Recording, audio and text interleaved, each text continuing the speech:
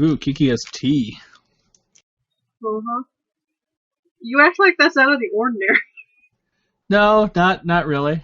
No, not really. Slightly too hot, too.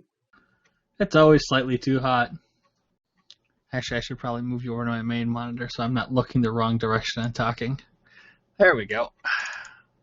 It's not like I'm recording the video or anything. You're fine. No, but I talk away from the mic if I look at this. Hang on, that monitor. Whereas if I look at this monitor, the mic is right here. Smart. Because I have my stuff set up on the bend and the L on my desk. And that's the only way I could get the recliner to fit under my desk. My desk is like this big, so there is no bend or anything. Okay. The mic is always in front of me. My desk goes all the way back here to all the way over here. I actually don't have the arch that goes this direction is actually gone right now because I just didn't think I would actually need it for anything. I now kind of wish I had it because that's where I would put my thing, but I got an end table for all the crap I decided I needed after I built the desk. I bought the desk and then realized later that I actually wanted the other part that I was missing, but then like they weren't making this desk anymore, so I was like, oh, okay. I don't want to spend another $1,000 on a new desk that has that extra like 2 feet of table. I got this from the thrift store. Yeah, there's probably a good $4 or $5 tied up in my computer with the desk and everything. My friends are all begging me to build a new computer, and I'm like, I don't need a new computer. I don't even game anymore. Like, Cupcake, you need a new rig. I'm like, I don't need a new rig. What would you do on it? I know. I tell myself that. Like, well, what do they desperately want you to upgrade for? So that I can play all the new awesome next-gen games that are coming out. I'm like, but I don't want to play those. Well, I do, but I'm not so badly that I want to upgrade my rig. I can't particularly think of a game that I'm like super excited for that won't run on my current computer. I mean, like I'm missing. I can't think of one that would run on mine either. So I mean, like I have a DX9 or 10 graphics card, so I'm missing out on a whole bunch of graphical shit. But I mean, theoretically, I could just stick a new graphics card in my computer. I don't know. Look at this thing. Is that your old pad? Yeah, and my pen that is sturdier than the newer fucking one, but is held together by tape still. That only has the one functioning button. And if I press these, it turns the tablet off because there's a short somewhere. Which is the whole reason I got the newer tablet a while back. Well, it sucks that the pens are so much money for what they are. Like, I'm honestly kind of grossed out by how expensive those pens are. Like, it would almost be cheaper to, well, not cheaper, but smarter to buy one of the newer tablets because then I could get the cheaper pens because they only work on the newer tablets. Did they go to like if something would ever happen to the pen? Did they go to like a more universal pen or something? Yeah. I'm shocked that the pens are that specialized. Like, I thought it was just a pressure sensitive thing, but like... No, it depends on the board you're using and what it can handle. And I mean, like, my board does, has tilt and everything, but the newer pens don't recognize it or something. I don't Joy. know. Yeah, I'm not an artist, so all that shit goes whoop right over my head. But this is my old Graphire tablet. They don't even make these anymore. Wow. This is what this became the Intuos. And then the Intuos kind of became bamboo, and then the Intuos became fancier. Okay. But who the fuck cares? It works. I'm always shocked when I see like the professional artists with like the it's like what you have, but then like it's actually like replicating what they're seeing on the screen on their tablet. The Cintiq. Is that what that is? Yeah. I don't have room for a Cintiq if I could afford, or arguably if I could afford one, I'd live in a bigger place. Yeah. But you would have space for it if you could afford it. Yeah. What I would really like is one of the companions, the portable ones that also function like a tablet. Oh, nice. That would be awesome. Definitely. But that's a dream down the road. I tend to buy after the fact, so clearly I'll get one of the older models someday. Hello and welcome to episode 51 of the Super Happy Fun Jabbertron Tea Party with Kiki and Bones. Get yourself a nice cup of tea and enjoy.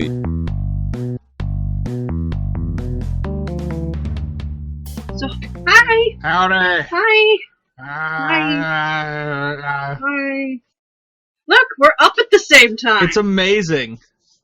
I'm itchy all over. I blame rolling in the poison ivy today. Oh, don't do that. No, I'm joking. Well, whatever the noxious weed that was in our yard that I was spraying for. It was stupid. It makes me itch all over. What was I gonna... I had a couple thoughts about what I wanted to talk about tonight, but now I can't remember what the hell they were. Promo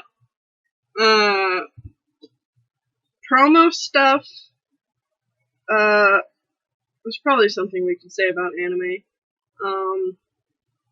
That new wave sex toy thingy I linked to is interesting.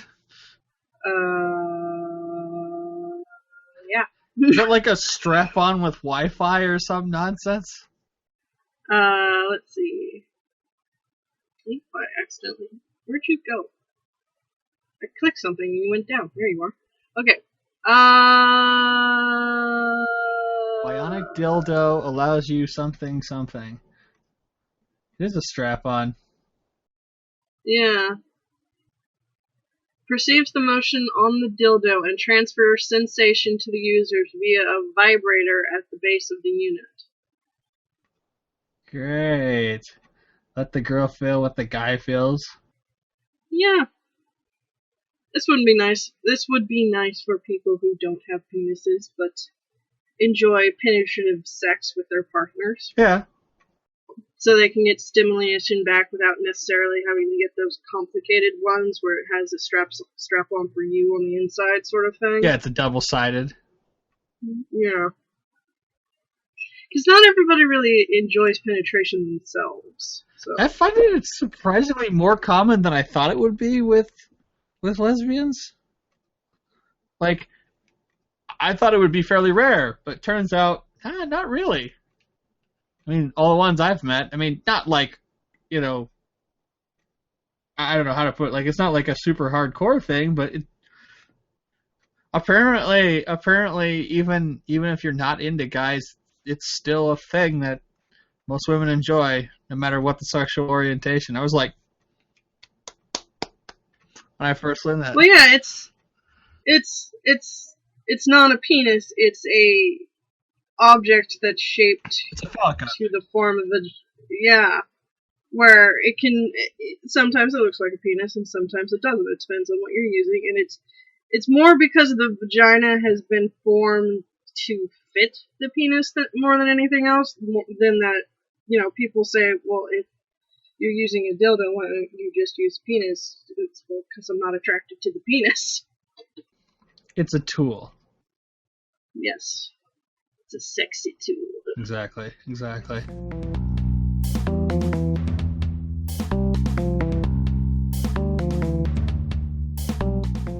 miss it too. I still can't believe that Aniplex is actually releasing the Madoka Magica movies in English. That shocks the living crap out of me. Your poor wallet. There's so much stuff Buy coming all out the in July and things. August, you have no idea. I literally cannot buy all of it. Well, English, you don't have to buy it all right well, away. like English Toradora is coming out. First volume of Kill la Kill. Somebody's at the door, apparently. No, I think the air pressure just slightly opened my door. Wow. That's a hell of an air freshener. Pressure. Oh, air pressure. Sorry. Sorry. Anyway, you were saying before my No, I mean, this is like the summer of big releases because I'm trying to remember now what's coming out. So, the first 2 weeks of July, we have Toradora English dub, which I mean looks kind of mediocre, but I still want it just because I enjoyed the living snot out of Toradora. Yeah. First volume of Kill la Kill, which is literally going to kill my wallet because it's $70 a volume, and the volumes are only 4 episodes long. So you work out how much money that's going to cost me. Yeah. That's probably going to be one of the most expensive investments I make into anime. What else? There's something else too in July. Toradora, Kill la Kill. I've been trying to plan out my summer just because, like, there's a couple of things I don't have to have right away. Like, I want to get Kill la Kill right away. Toradora can probably wait till the Christmas sale, just because I just bought it last Christmas and I'm not, like, in a super hurry to rewatch it again. Sailor Moon is supposedly coming, like, in August. Late August, early September, first half of season 1 in English, which, holy crap, I just started collecting Super S, and now that's happening. So basically, I've stopped collecting Super S, and I'm just waiting for the new season sets to come out, and then I don't know what I'm going to do since I have the first 3 seasons.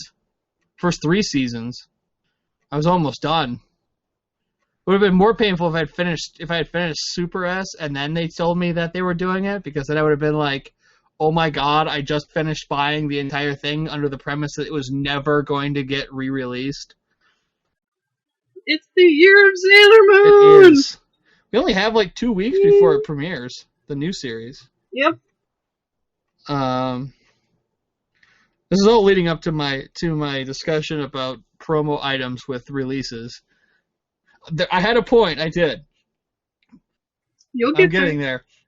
But there's just a ton of stuff coming out. I have to find a release list for July, because like July and August are just gonna kill me, because like August, beginning of August or end of August, I can't remember, the re-release of Cardcaptor Sakura on Blu-ray is out. And that's like $250. And I may wait on that just because I don't actually have a Blu-ray player. Yes, oh my god, Cupcake doesn't have a Blu-ray player. I have yet to feel the need to own one. Mostly because I don't own an HD TV. I own an HD TV and I don't own a Blu-ray player. But I stream almost everything, so I have no purpose in owning one.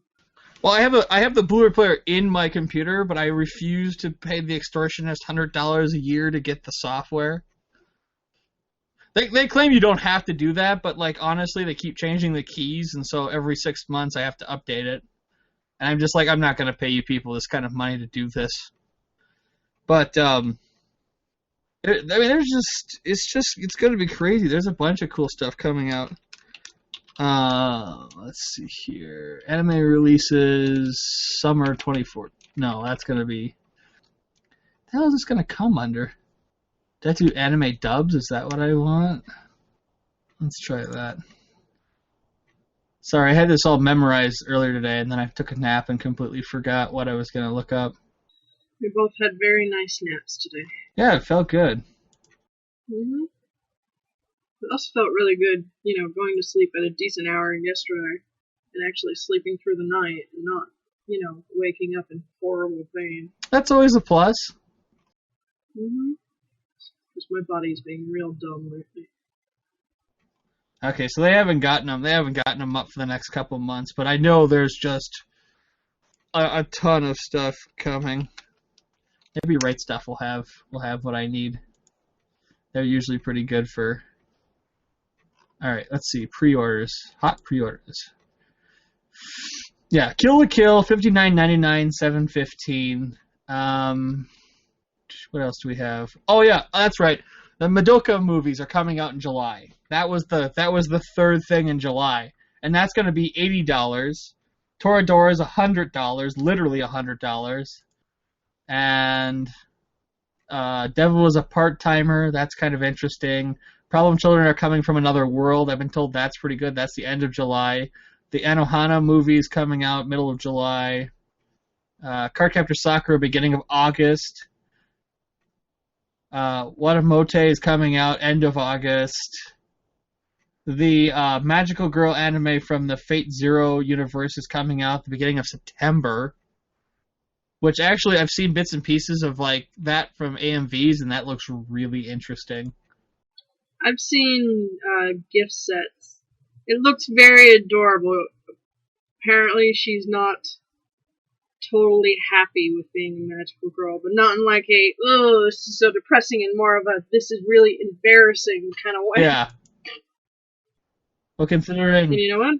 I could see that. If it's post like Unlimited Blade Works, that means basically her mother and father figures are Shiro and Rin, which probably two of the most bland characters, most generic, bland anime characters ever. Well, Shiro for a good reason, since he's... Uh-oh. My door did it again. Stop having negative pressure changes, god damn it. It's freaking out the dog. Okay, Mango. So that's interesting.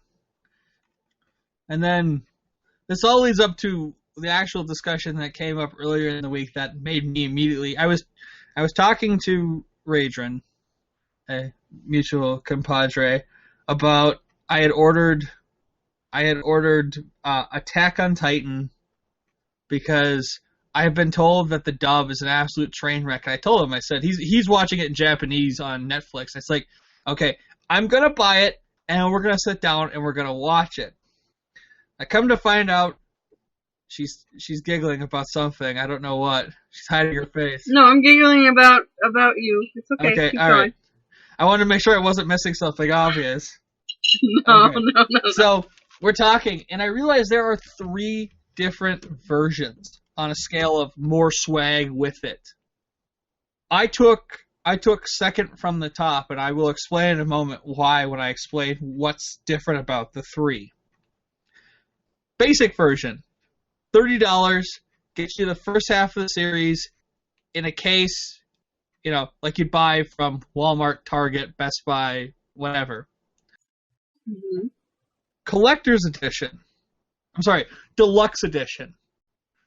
$55. This is the one I bought. Comes with the hard box set case thing that lets you slide the second half in when it comes out. So you have one nice cohesive thing to put on your shelf because you're a corporate whore like I am. And comes with a art book, making of, they have the making of DVD, whatever you call it, extra DVD Blu-ray, and is a Blu-ray DVD combo. That was $55. I thought, okay, that's fair. It's brand new. It's hot. It's, they're going to get a little more than they normally do. I was a little reluctant just because $55 was the dirt cheapest I could find that version, and I was still kind of like, $55 for half a series? God, what is this, 2001? No, it's better. It's actually better than that. Because 2001, I would have paid probably $100. Because we would have been buying single DVDs for $25 a pop with 4 episodes on them, and we would have been damn happy because that was the iron ages of anime viewership in America. So then I'm like, oh cool, whatever, it's all good. And I got an email. Oh yeah, I don't give a crap. Stupid work emails. So then we're talking. Sorry, I had to check because it gave off the work email noise in my ear, which meant it was probably important, but it's not. It was my coworker emailing me and letting me know that I have shit to do on Monday morning, and I'm like, oh, okay, that's fine. Why are you emailing me on Saturday or Friday night to let me know that I have shit to do on Monday morning when I'm going to be in anyway? But whatever. It's all good.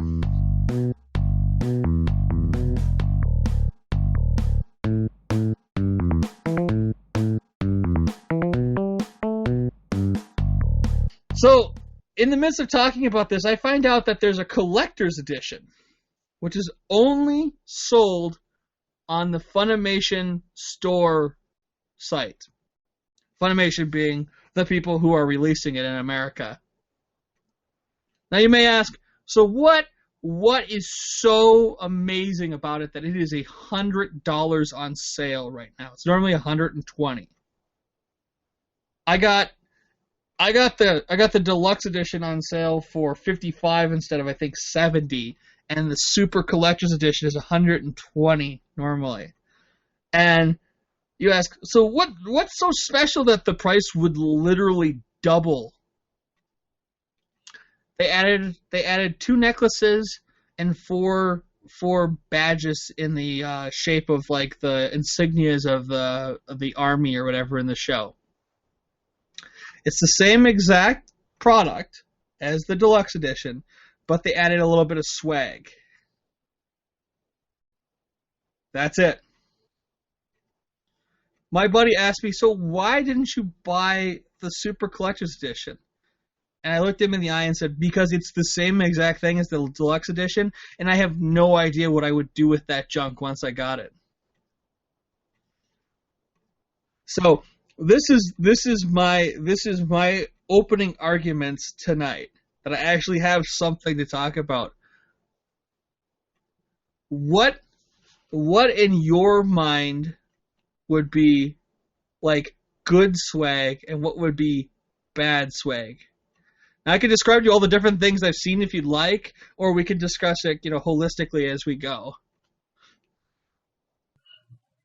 Really, I would prefer content over swag. But I suppose if I was a fan of the show, as I have still not seen Attack on Titan, the badges might be interesting because people seem to be obsessed with the insignia. But I'm not sure if that price would ever make me want to pay that much just for an edition I can already get that happens to come with them. I could always get them separately later. I'm really more of I like special features kind of gal. If I'm going to pay for the fancier version of a collection or just a DVD, like commentaries, behind the scenes, Cooper fucking reels, shit like that. Making So you would like what the Futurama folks did with their DVDs, where every episode has like the cast commentary. I mean, like, yeah, if it comes with like some shit associated with the show, like some of the adventure time stuff comes with hats. But that wouldn't make me want to buy that over something else. If that happened to be on sale, then yeah, sure, whatever. But no, I'm not that sort of person who buys something because it comes with swag. Yeah. Let me rephrase the statement question. Assuming money is not the issue, because that's what it always comes down to, is the money. Because if money was an issue, I would have bought the Super Edition just because it came with shit. But I'm weighing, like, the reason why I said no is because I'm weighing the actual cost against what I'm getting extra and going, well, this is dumb. This should be like $70, not $100. And so if money wasn't an issue, what things? Obviously, you said content is really important. So you're one of the people, like, you want the extra disc that comes with the collector's thing that says, like, here's all the behind the scenes, here's the making of, here's the, all the commercials and trailers, and, here's a documentary about how we did, the pilot. I mean, if money was no object, then yeah, fucking drop swag on me, but... Like, if you were going to get swag, like, what is good swag? Prefer something you could wear. Like, sometimes things come with really, like, cheap-ass folded posters you might get out of, like, a magazine or something, Mm-hmm. and they jack up the price hella for that. It's like, ooh, here's a cheap poster. And, well, oh, fuck, I'm going for the poster, but posters in, like, DVD boxes are the dumbest thing ever. So, yeah, like I said before, like a hat or a pin or something. Something wearable that has purpose in the show. Yeah, like, I suppose that would make sense if, like, yeah, if money was no object and I cared to buy the Attack on Titan DVD, then yeah, I'd probably get the one with the swag. But that's a money no object. But yeah, I would rather wearable shit, like a shirt, a hat, or a pin, or a necklace, or something like that. I think well, the best way upon talking to you a little bit about it, the best way to phrase the question is two prongs. A, what type of swag is worth paying extra for? And B, at what point does the swag become extraneous if the price goes too high? Like, you know, for me it was like, I'm going to pay $55 for the same thing, or I can pay $100 and get a couple little things. And to me, like, an extra $20, I probably would have said yes. But at an extra $45, I'm going, I could buy a whole nother box set for that money from them. If that makes sense. I suppose it would depend on the quality of the swag, because again, I've seen some really shitty stuff attached to DVDs that jack up the price hella when it's crappily made. I mean, the wig you got is hilarious. Like, but like, this was dumb. This was an extra $10 to get the collector's edition with the wig, and the wig is dumb. It's just like a generic shitty wig, but it was so funny that I said, "Yeah, sure, I'll pay the extra $10." Well, that's just like $10, but like I've seen DVDs that come with cheap ass little plastic figurines that look like they came out of a gumball machine, and probably did, especially if the DVD came from Japan. They're probably originally capture prizes. It's like the cheapest thing they could get. And then they jack it up like $50 because it comes with it. I get like the packaging probably costs a bit more because they have to figure out how to get it in there without destroying the discs, but I don't feel like that's really worth it. What I've really liked, like, when it comes to, like, adding extra things to the collector's edition, like, the one thing that's really sold me hardcore is when they do the combo sets on the collector's editions. Like, hey, spend an extra $20, we'll give you both the Blu-ray and the DVD. And all my friends go, well, what's the deal about that? I go, because there are plenty of people who just don't have Blu-ray players. If I want to borrow something or bring something over to somebody's house, I don't have to make the decision. Yeah. I don't know many Blu-ray players in cars currently, so there's also that option for people who have those systems. Keep the DVDs in the car. Well, the nice thing about that too is that if you have like our living room has a big ass HD TV with a Blu-ray player hooked up, and occasionally, like when my parents are gone for extended periods of time, if I want to watch something new, I'll go up and sit in the living room and watch it. But I don't normally do that in my actual family situation because my mother mostly sits in the living room and watches stuff, so that's her TV. But yeah, no, I mean, that aside, I've seen some really cool stuff. Like, there's been a lot of dumb stuff. You get a lot of postcards, which are fine. There's nothing wrong with them, but you shouldn't pay extra money for postcards. Postcards cost cents. They don't cost anything. I mean, you're talking, let's say it costs them $7 to throw the DVD together. Like, the actual, like, I'm not talking about the actual cost of production. I'm talking about, like, the cost of actual physical production, not the cost of making the actual anime. Like, I get that that's more and that's why they're charging for it, but, like, you know, it costs them $8 to make the DVD, and then, like, you know, they're going to charge an additional $10 or $15 for the collector's edition with the postcards, and you're going like, I get postcards. What the fuck am I gonna do with postcards? I also like the chintzy ass art books that like everything comes with. Like, I'm not talking like the actual... Oh, where there's like this big. And Hang it's on. got... I've got some laying around. Because I'm... By this big, for those listening, I mean like the fucking size of my hand, which is actually rather small, especially for my height. I've gotten a few things that come with tiny ass little art books. It's like I can see higher res images on the fucking internet. Yeah. These are first buy promos. Now the people can't see them, but they're like little. I don't know what you want to call it. They're like little soft cover magazine art books, and literally all they are is they're just like the linear art. It's just they're like little posters. There's no actual. There's no like concept sketches or they're anything. just There. It's just. they're just Yeah. just art. And it's unfortunate nobody can see this, but I mean it's literally just. It's kind of it's like cheesecake stuff too in some of these, but like they're not. This is not worth an extra $10-15 over the regular product. Mm-hmm.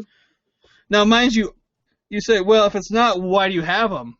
Because obviously it was worth it to you.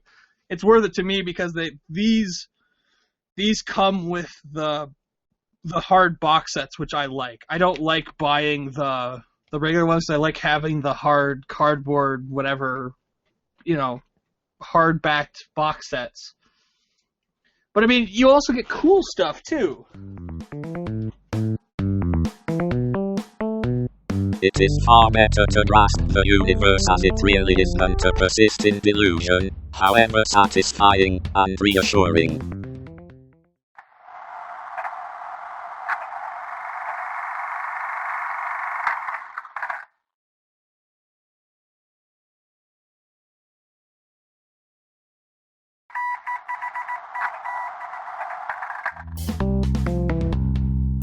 This is part 2. Hang on, let me set that down. But then occasionally you'll get cool stuff too, like here. Here's an example of a good art book. I have the Pat Labor movies. This is the art book that comes with the Pat Labor Wow, that's movies. thick. It's actual That's like a concept stuff. Like, there's actual, like, it's a book. Like, a book. There's writing, there's concepts, And, I mean, that's, to me... Of course, I took it out, so now it's all screwed up. But, I mean, alright, so... This is the actual DVDs in the box right here. 2 DVDs, the movie, the making of, just a regular DVD case. Comes in the big box. Look these up if you don't know what I'm talking about. So you have the art book, and then you have this. This is another book. You know what this is? This is the boards from when they were planning out the thing. Oh, it's wow. You got a storyboard. Yeah. You know how much this cost? This was $40. And I thought, this is well worth $40.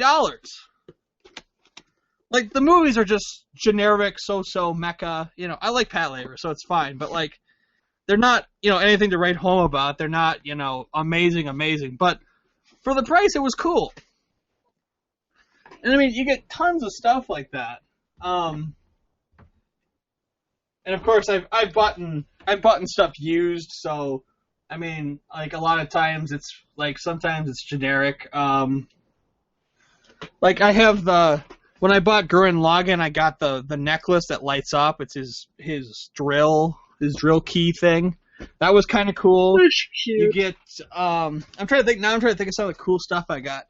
You get dog tags with the original first season of Black Lagoon. That was kind of cool.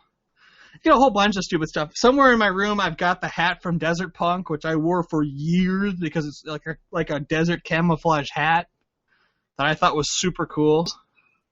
He's lying. He only ever wears the fish hat. I actually don't know where I think the fish hat is upstairs right now. I don't know where. It's probably over on my bed. But yeah, I like, chintzy, knick-knacky stuff. Because I'm too lazy to get up. I have a shit ton of shelves up here just full of crap. But well, I mean, there's a line for how much I'm willing to pay for that. Well, you heard what the collector's edition of the new Sailor Moon might have, didn't you? No. The new Moon Compact?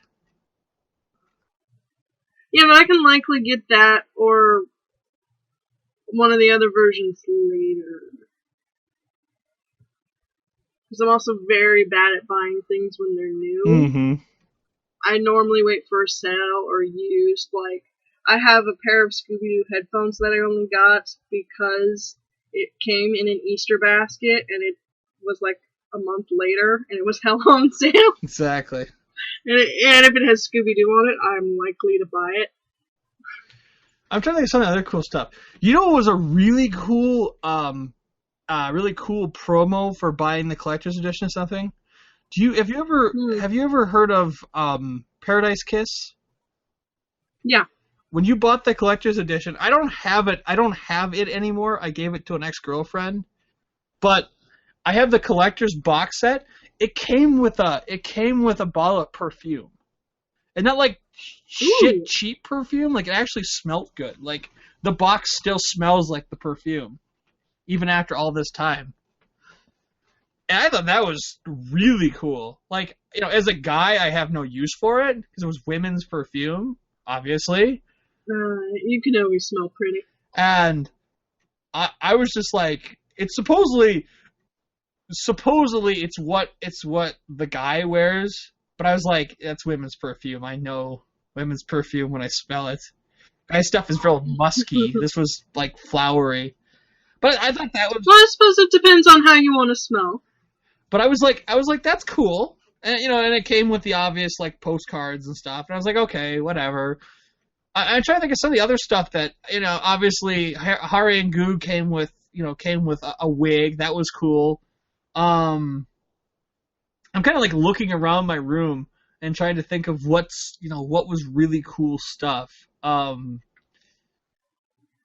suppose that's one of the things you lose out on when you're a streamer is you don't get like the nifty stuff, but you could arguably buy it secondhand. Honestly, Kiki, I have no use for a lot of this stuff, so nowadays, like that's why I skipped the $100 one, because it's like, what am I gonna do with that stuff? I mean, I could put it somewhere on display, but I just don't care. That's a pain. Mm-hmm. I mean, you had like Gurren Lagann came with the necklace and the first manga. Code Geass, all the Code Geass sets came with their mangas. Eureka 7 came with the mangas. And that's kind of cool. And that doesn't, like, cost them a lot of money physically because, like, if you own the rights to the manga, too, then it's just a matter of sticking it in the box. Like, if the same company owns both, then it's not, like, a huge expense to, have both together. I'm trying to think what else. I mean... the first Haruhi Suzumiya came with like the soundtrack. That was pretty cool. That's always fun. I mean, I'm not like a big soundtrack guy, but it's a cool thing to throw in because it's just kind of a extra add-on. Like you're really into the show, so you get the soundtrack. Yeah, that'd be a nice addition if I enjoyed it enough and was willing to buy. Because that's the issue. I don't buy such things. I don't have anywhere to put them. I have no use for them.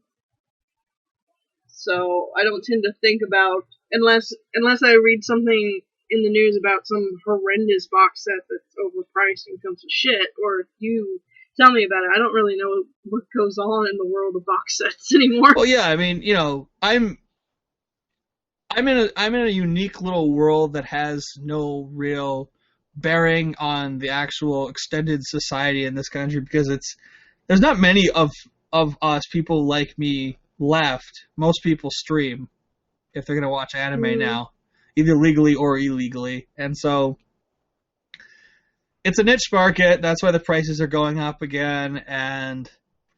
But like, I mean, if you're gonna charge me, let's say $100, then you gotta give me something really cool, not some chintzy necklace. Like that necklace cost them, I'm gonna say that it looked like it was plastic, so I'm gonna say probably cost them a couple of dollars, and that was the difference between 55 and 100. Like, it's not like it was a metal necklace. It looked like it was plastic, as were the emblems were plastic with, like, silver paint. They weren't metal emblems, I don't think. I'm sure somebody will come back later and say, "You stupid cunt, of course they were metal. Why would you think it'd be $100? And I'll just be like, oh, yeah. Well, sometimes it's shitty stuff, like crappy pewter, or it's really just stupid plastic that's made to look like metal.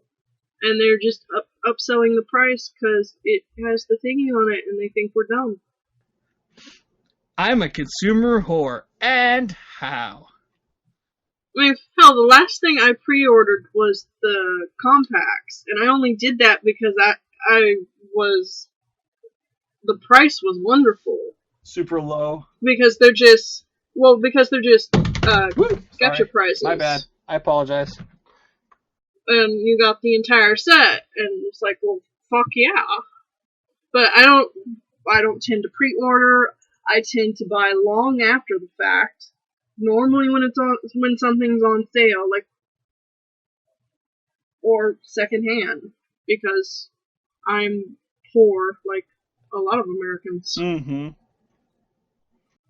And I really prefer streaming because it gives me access to a wider variety of stuff, and I don't have to fill my house with a lot of crap, because I don't got shit for room. Because it's already filled with crap. Crap being like clothes and food, but... I'm thinking about it. This is my particular favorite for the collector's editions. The metal box. You're holding it upside down. Oh, am I? Hell yeah. There you go. Yeah. I loved that growing up. Area? Yeah. But literally, it's just a tin. Like...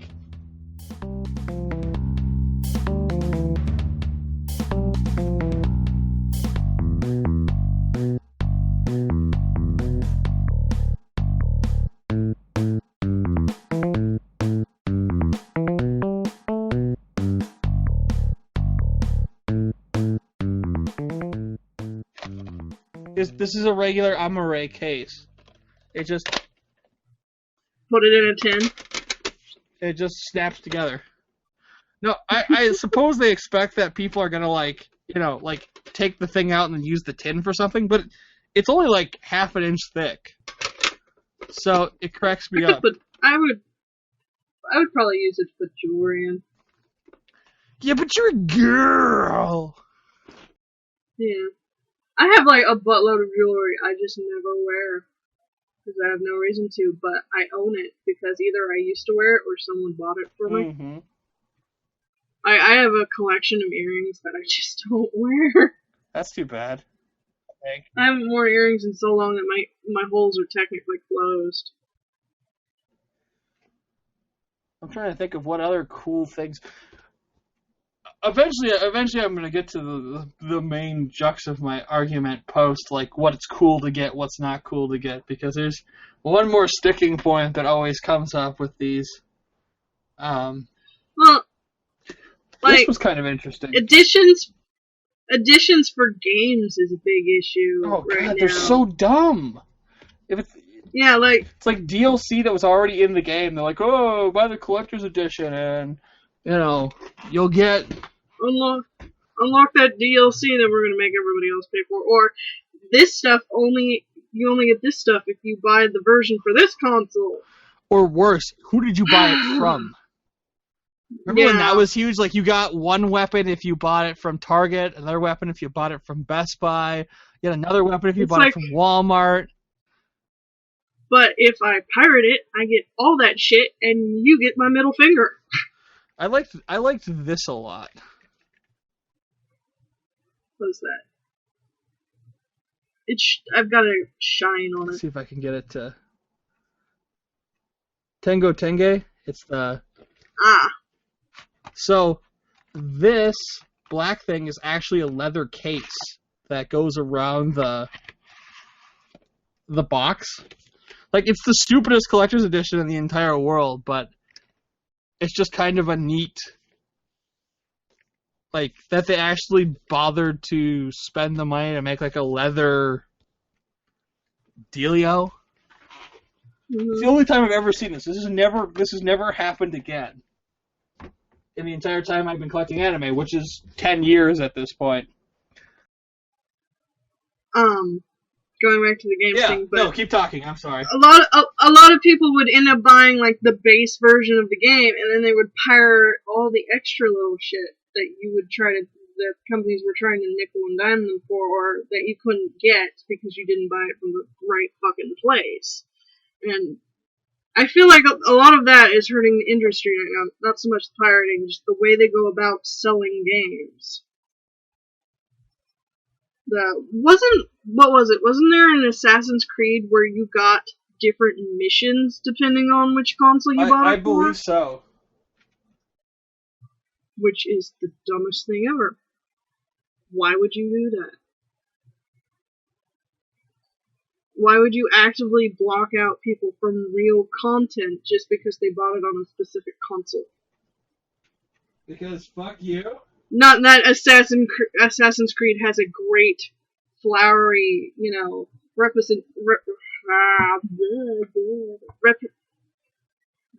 right now. Let's just go with rep, because I apparently can't talk because of their, we don't know how to make women, even though we've made women in past games, but fuck you. That's right, Kiki. We're gonna have the French Revolution. We're gonna have the French Revolution without women, even though they were a major part of the French Revolution. I know it's a fictionalized universe, but fucking come on. Women are not that hard to animate. Oh, they're fucking impossible. What the hell are you talking about? They can wear the exact same fucking clothes as all your other characters. They don't even really have to have boobs. Boobs don't need jiggle physics, and in all right, with some exception, for the most part, they could walk almost the fucking same. That's madness! Madness you're talking about! No, women are so hard. We're so complex and emotional. And I am out of tea. Go take a tea break. I'm trying to find the other things in my collection that... He's literally walking around with a flashlight, trying to find something. Shut up! I'll kill you! How would you do that? Are you gonna come out to California just to kill me? Because I'm not coming to you. Stabbing via TCP/IP. I don't foresee that happening. Kiki went to go get tea, but no. I should have been better organized. I'm not. Whatever.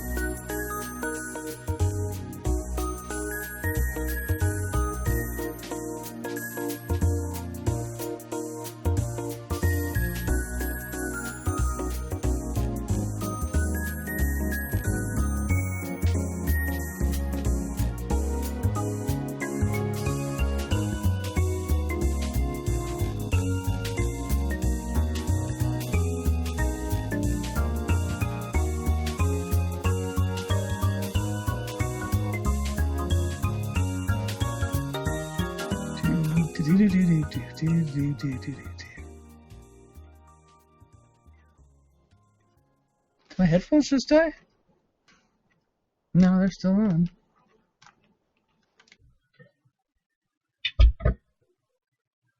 Sorry, I'm back. I really need to stop doing that. Doing what? I keep forgetting to take the spoon I'm using with me, so I end up, and then I forget that I have one. So I get another spoon, so now there's like 3 spoons on my desk, plus this one, and it's in my cup. God damn it, Kiki. God damn it. Anyway, talking about games, since E3 just happened. Yes. Did you catch any of that? No. I only actually watched one of the press conferences because I slept through the other ones, and then I was only awake, like, partially after the Nintendo one, but I caught up on them, but, like, I'm excited for a few things, but for the most part, really underwhelmed about what's coming out. I feel like Nintendo was the clear winner this year. Yeah, like, I think I retweeted them. Somebody tweeted that Nintendo had the most games, or at least showed the most games where there were actual playable female characters. Well, I mean, Princess Zelda in Heroes of Hyrule. Well, there's a lot of other lady characters in Heroes of Hyrule. Well, there's a lot of strong female characters in modern Zelda, period. You have Impa, Zelda, Midna. Well, I mean, that's the main ones, actually. But still, that's not bad. I mean, and then the sages. I mean, you have... What? You have the sages from the Oracle games. You have Saria from the Forest. Rudo from the Zora, the Water Tribe. I can't think of Naburu, who's I don't know enough about Zelda to know who you're talking about. In Ocarina of Time, there are the 7 sages, one representing each major element or whatever, and of the 7, there are 3 strong female characters. Well, I would call strong female characters because they're not doing the stuff. Well, and Impa too. Actually, she's the sage of shadows, but she's like all over the place, and they're not doing it for a man. They're not doing it for anything. They're doing it because they want to. Which I was just like, I feel like Nintendo, in their own weird way, has been really like progressive with that. Like, I mean, obviously Zelda's always kind of a damsel in distress, but that's just part of the mythos. She has to be. Mm-hmm. Well, I've honestly, I've never finished a Zelda game, so probably just alienated quite a few people there. I'm really actually kind of looking forward to the open world one. I might play that if and when I get a Wii U. That is. It sounds like they're using the same premise that they used with Link Between Worlds, where basically all the dungeons are available from the beginning. You just have to basically, like, it's still like, it's like what, 2016 or 2017 it's coming out, so it's still years away, but like, it sounds like they're basically taking what they did with Oracle or Link Between Worlds and basically applying it to a modern console-based Zelda game. Plus, there's also talk that may have been a female lead character.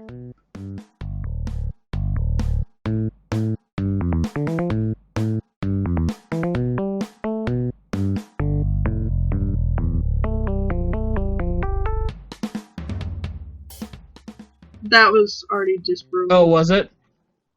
Yeah. Apparently he didn't think we would go wild with the speculation, but no, it's Link. Okay. What was I gonna say? I don't remember. You were talking about how, like, Nintendo had the most playable games with women. At least for what the games they showed. Like, arguably there might be, because quite a lot of times if you have a female-led game, like the female lead is actually the female lead, it's probably from an independent company, so we might have not seen them so much at the press conferences. But from the major developers, there was woeful lacking in non-cisgendered male scruffy-looking leads who are, for the most part, white. And the world's really getting tired of that. I mean, I'll give them pass on characters that are from an ongoing series Yeah. Nathan because the character Drake. was already that. It looks Yeah. like The- Far Cry is gonna be a. Sorry, what were you saying? I was going to say The Witcher too. Yeah. Well, The Witcher, he's a dark elf, isn't he? Yeah, but he looks like your average scruffy male character. Tall, thin, bleached white hair. He's not really that thin. Well, I haven't played the new Witcher. I've only played the original, where he's like a lanky, tall guy, kind of taunt. I didn't know about The Witcher until like The Witcher 2, and he's like muscly now, I guess, Okay. or something. I don't know. He's kind of like in The Witcher 1. He was kind of gaunt, lanky. I don't know. But yeah, I like friends. you get a pass on stuff like Yeah. that because that's a continuation of a character. And if you're making more games, then the character's probably popular. Yeah. Just like I'm looking forward to the new Tomb Raider game because I love me some Lara Croft, and I really enjoyed the last one. But a lot of the technically newer titles or remakes of shit just look like the same sort of game that we've seen 1,000 times. Like, is everybody just blind when it comes to Fable? Because that was terrible. The Fable Legends. I don't even bother looking at Xbox because I have no interest in playing it like any of their in-house games. Because they were talking about it like as if they had made like the most newest idea ever, but it's just fantasy cliches. Yeah. You're not even really in control of the story anymore, and then added on is a crappy tower defense version if you play as the villain, which I thought you already could in Fable games, because didn't you get to choose Yeah, if because you you were good or evil. Yeah. Yeah. You don't even get that choice now. You're playing active characters. It's not a world you mold anymore, which I honestly didn't think Fable was all that great at, but at least it was trying. But no, it's two chicks who are nothing but boobs and shitty armor. Your skinny guy who's funny, and then your strong guy. Yep. That's it. And they're all white, and they all make terrible quips. That's Fable now. Not that I was all that ecstatic about the game in the start, but still, the press conference, they tried to play it up as if this was some groundbreaking thing. Mm-hmm. And people were buying it. Like, do people just have a blind spot for Fable or something? What always blew my mind is like, I like Nintendo a lot because they're just kind of nondescript with their stuff. I mean, theoretically, there's only 2 or 3 games in which you have human characters at all to begin with. Even then, it's cartoony. Yeah, we don't tend to count non-human characters when it comes to whether or not it's male or female because they're not human, so it's not. It just meant like that much. Like you have a 5-foot tall Italian plumber who fights giant turtles. Yeah. Which is kind of interesting in the sense that Luigi's actually the superior of the 2 brothers, but he's always second fiddle. That's been really. Oh, he's a scaredy cat. Yeah, he's actually, like, if he had Mario's confidence, he would be the most powerful being in the Mushroom Kingdom. Mm-hmm.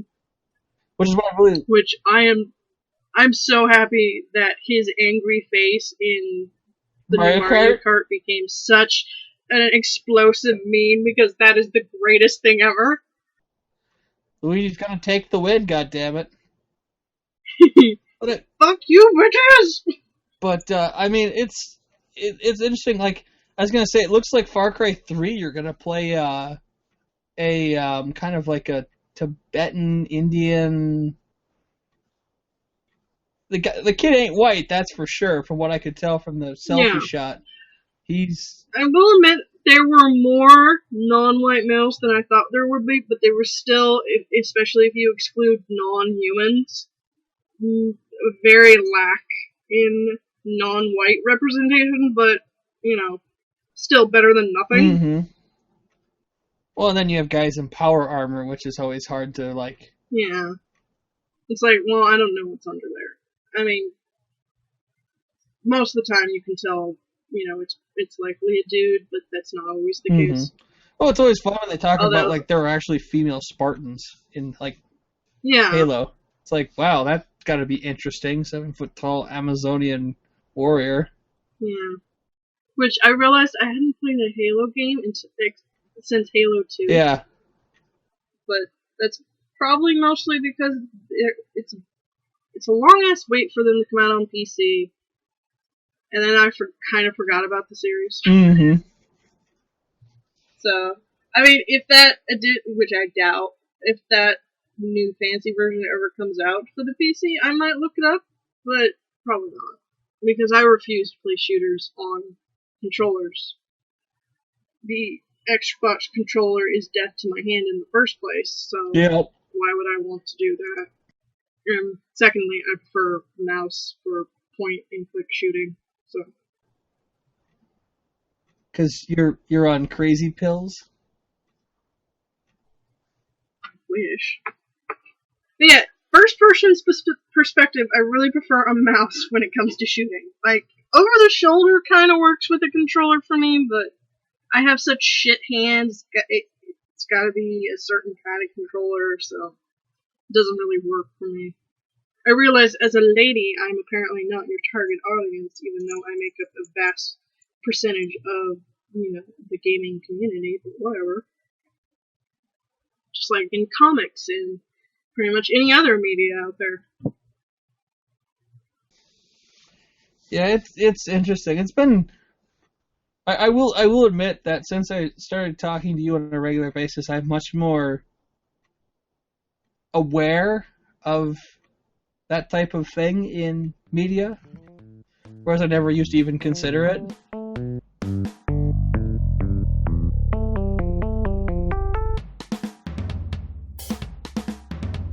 Skeptical scrutiny is the means, in both science and religion, by which deep thoughts can be winnowed from deep nonsense.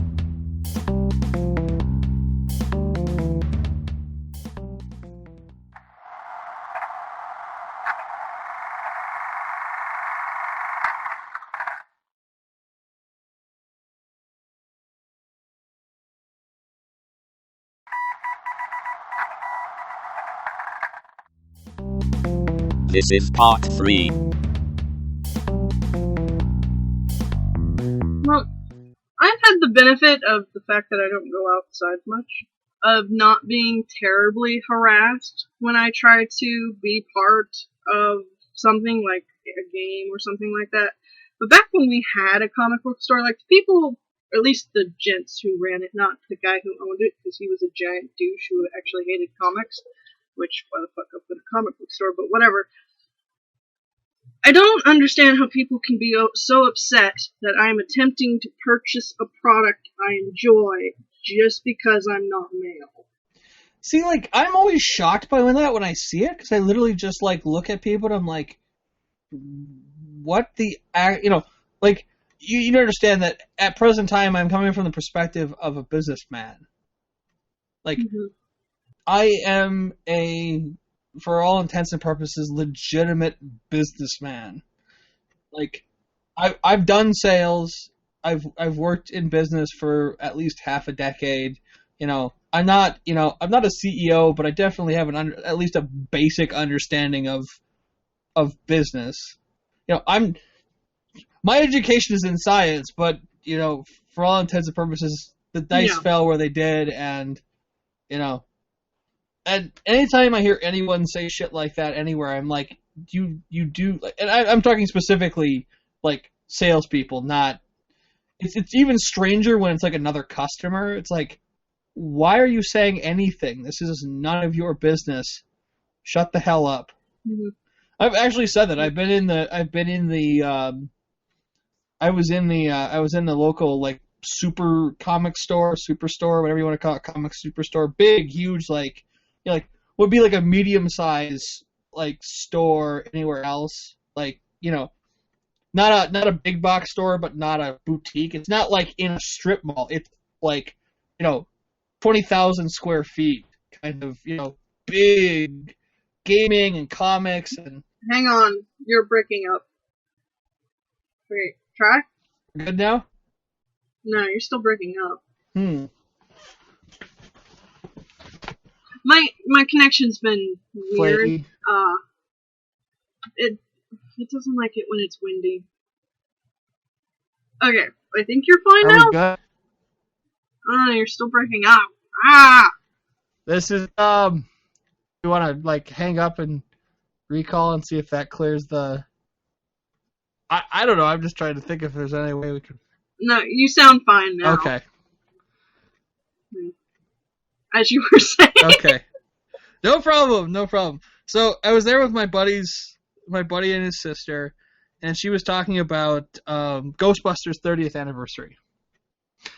And we were talking about it, and some dude, some fucking, mouth-breathing basement troll has the atrocity to go, what the fuck would you know about it? You were born in 1997. And I'm like, seriously?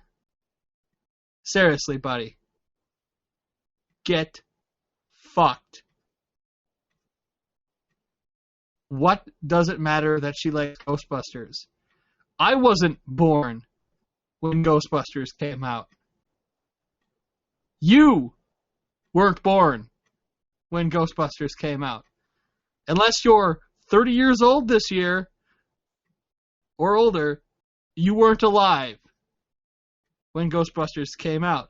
And more so, unless you're 35 or 40, you weren't even old enough to have seen it in theaters.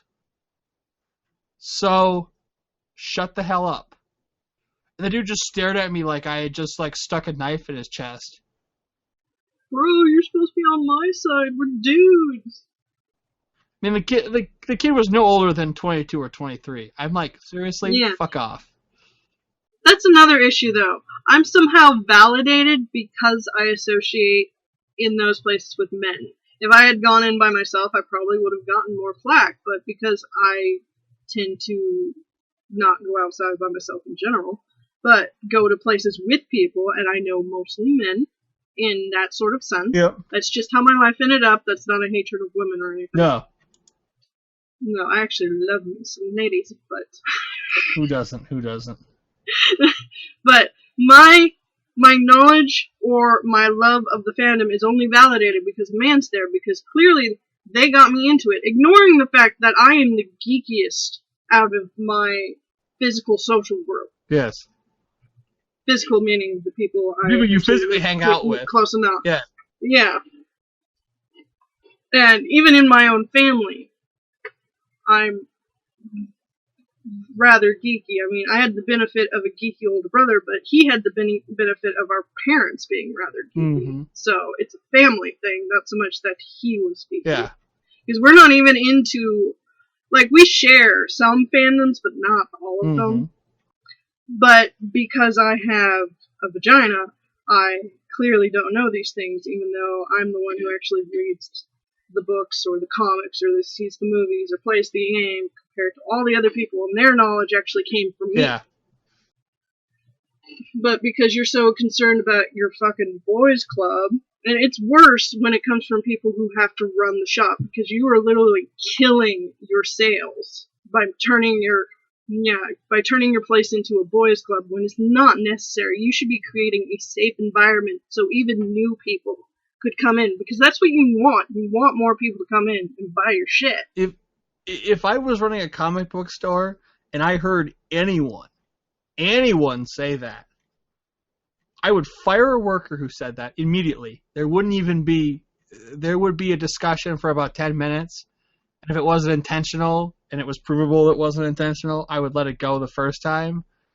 If I heard a customer say that, if I heard a customer where I work now say that, a client, I would toss them out the door and close our books on them. I'd just be like, you know what? No, we're not doing this. The only reason you should be angry at someone somewhere is because they're doing something worth being angry about, like harassing another person or trying to shit on your product, literally. Otherwise, shouldn't we all just try to get along and try to support the things we enjoy and get more people into it so that they can continue to make the things we enjoy? Do you know how happy I would be if there were more women who talked and were into anime? Nobody Except geeky men like me want to openly talk about it because, ooh, stigma. Well, yeah, because we've been socialized that we're not supposed to like those things. They're not ladylike. They're geeky. They're for men who like to, as I say, as you sit in your basement, who like to sit around in their basement, and they don't want to interact with real women. They want anime women. And then, the first time you do it, a lot of women end up getting, harassed by that one guy, and that one guy ruins it for everyone else because she will never speak up again because you've just told her she's not welcome here. I thought. I mean, the internet has given a lot of ladies some leeway because it's safer. Yeah. Safer. Well, and generally, I mean, you're still likely going to get harassed, but at least you might be able to block them. Well, in most forums, if they have good moderators, will immediately block assholes like that. But you still at one point are going to get harassed. Like, I have quit so many games just because I dared to speak on the microphone and they heard that I was a woman. And then suddenly they're asking for sexual favors to give me a health pack or something. It's like, we were perfectly playing fucking fine before I dared speak up. Those people are literally pawn scum. I mean, literally pawn scum. But, I mean, they're not the majority, but there's enough of them, and they're everywhere, and they ruin it for everyone. I thought comic book nerds were, chauvinists. Because stereotypes are all based off of a true example. Stereotypes don't exist because it's not true. There is someone out there who fulfills a stereotype. They're not nice, but they exist because there are people like that in every stereotype. And I thought, I thought they were, machismo, chauvinist, douchebags. There are some real fucking horn dogs in my fandom, and I'm just like, seriously? What the actual fuck is wrong with you, you ill-adjusted little shit? And, like I said, they're not the majority, but they're loud, and they affect far too many people. I don't remember the name of it off the top of my head, but I will put a link in the description when this goes up. But there's actually a Tumblr. There's two, but they're all about making a list of safe places, safe comic book stores, safe gaming stores, that sort of thing. Because our world requires such things. Yeah.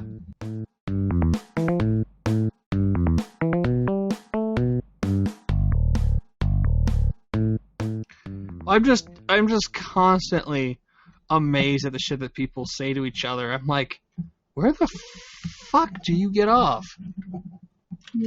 Sorry, I was plugging my phone in before it runs out of juice.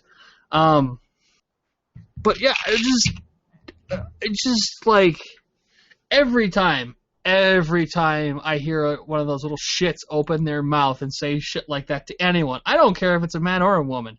I literally look at them and go, what gives you the right? Because it should not matter how they got into it. Be happy they got into it. Like the people who are like, read the fucking book. Well, you know what? Book sales tend to go up after a movie's released, so be thankful for the fucking movie.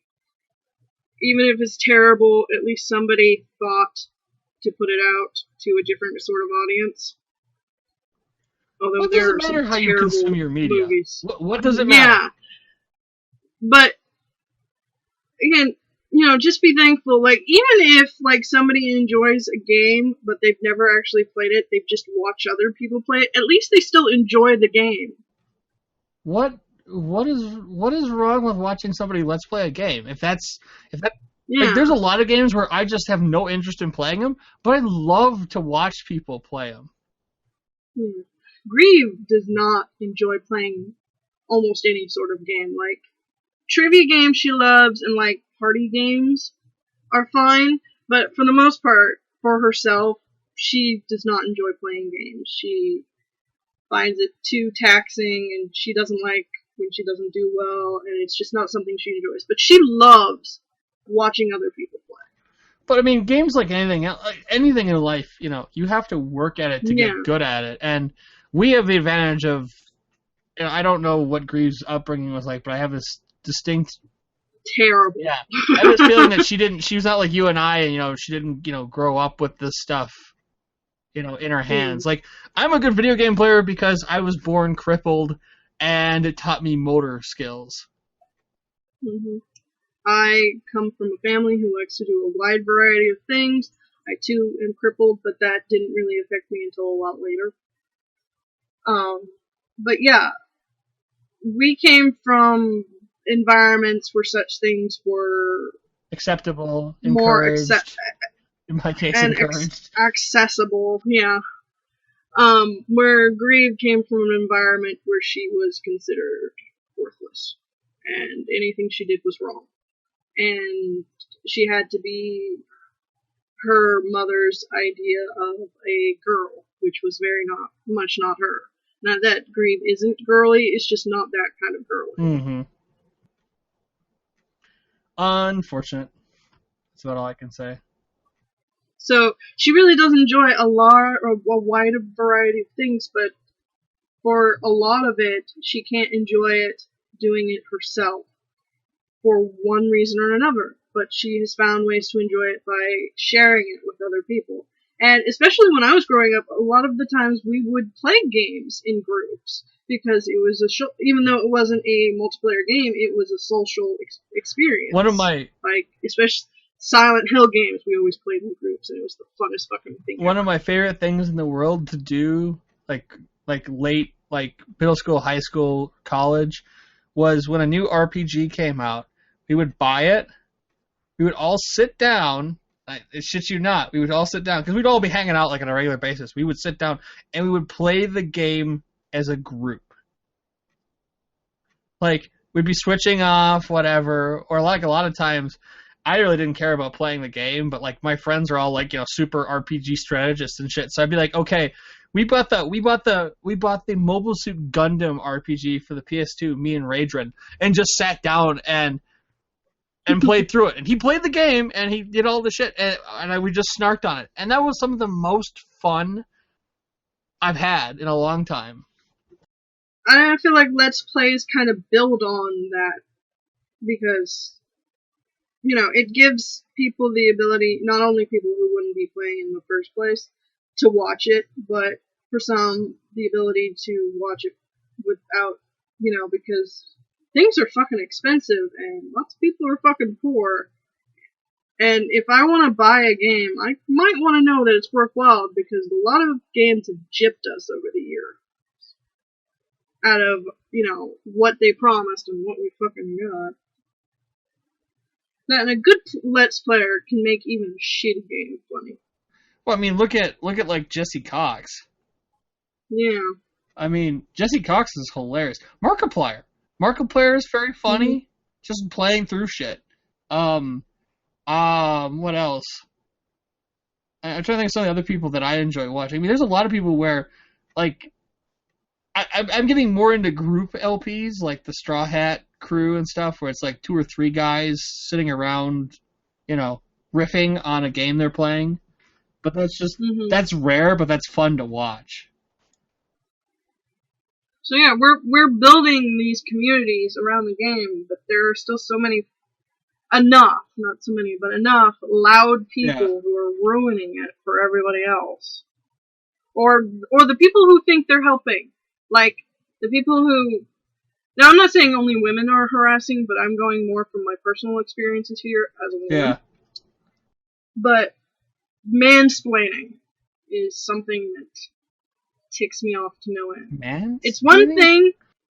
That's when you attempt to explain something to a woman without finding out whether or not she needs it explained. You assume she does not understand. Because of cultural norms.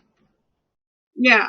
And it's not like, when you're buying something and the guy behind the counter asks if you need any assistance. That's part of his job. I'm talking about random schmuck ass. Yeah. Who happens to be in the store with you and sees you looking at something and tries to explain more than anybody who needs to buy the product would even need to fucking know, assuming you know nothing about it. Of course you don't.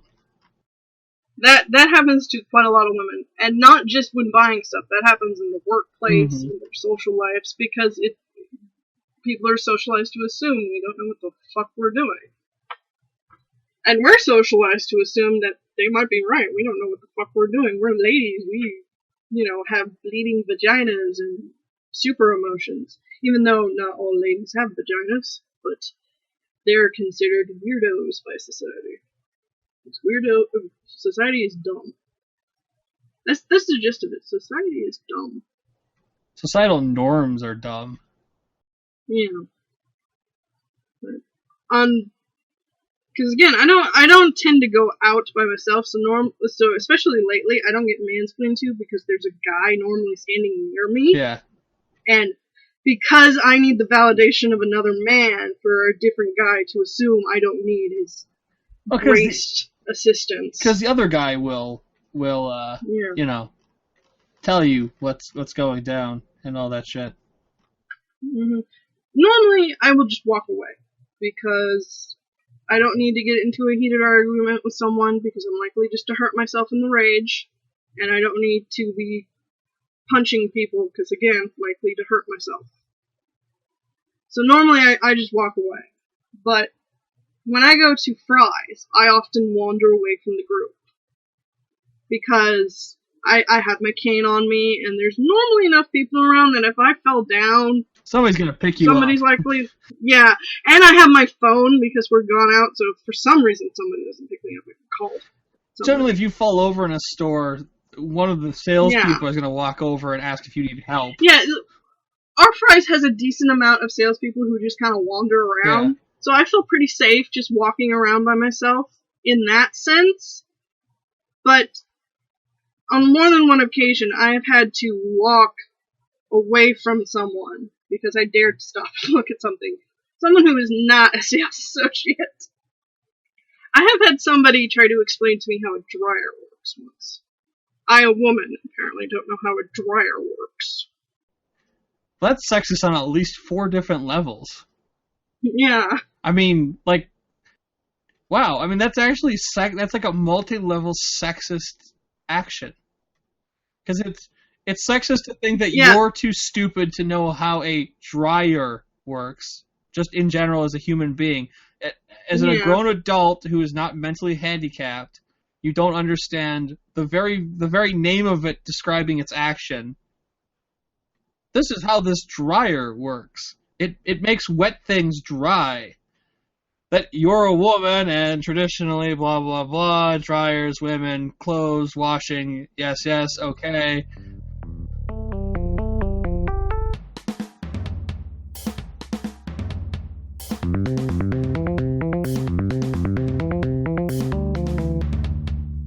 Like, I could see if a salesperson was like, well, it has this new super dry feature, and, they're explaining to you how this works outside of regular drying. It would be, even if it was coming from a slightly sexist place, it would be more understandable if it was a sales associate, because it's his job to sell the fucking thing to me. Or, if a woman came over and was telling me about it, or anybody with a fucking name tag who actually works there. But when it's random schmo stranger, that's just strange. I realize I'm walking around with a cane, but that should not indicate that I am somehow incapable of understanding that a dryer dries things. I realize that what I'm about to say is sexist in its own sense, but if I was with you and anyone were to do that, I would probably backhand them. Yeah. Well, see, if you were with me, they'd be less likely to do it, because there's a man there to validate me. Oh my god, it's just me and Greaves somewhere? Right, somewhere geeky?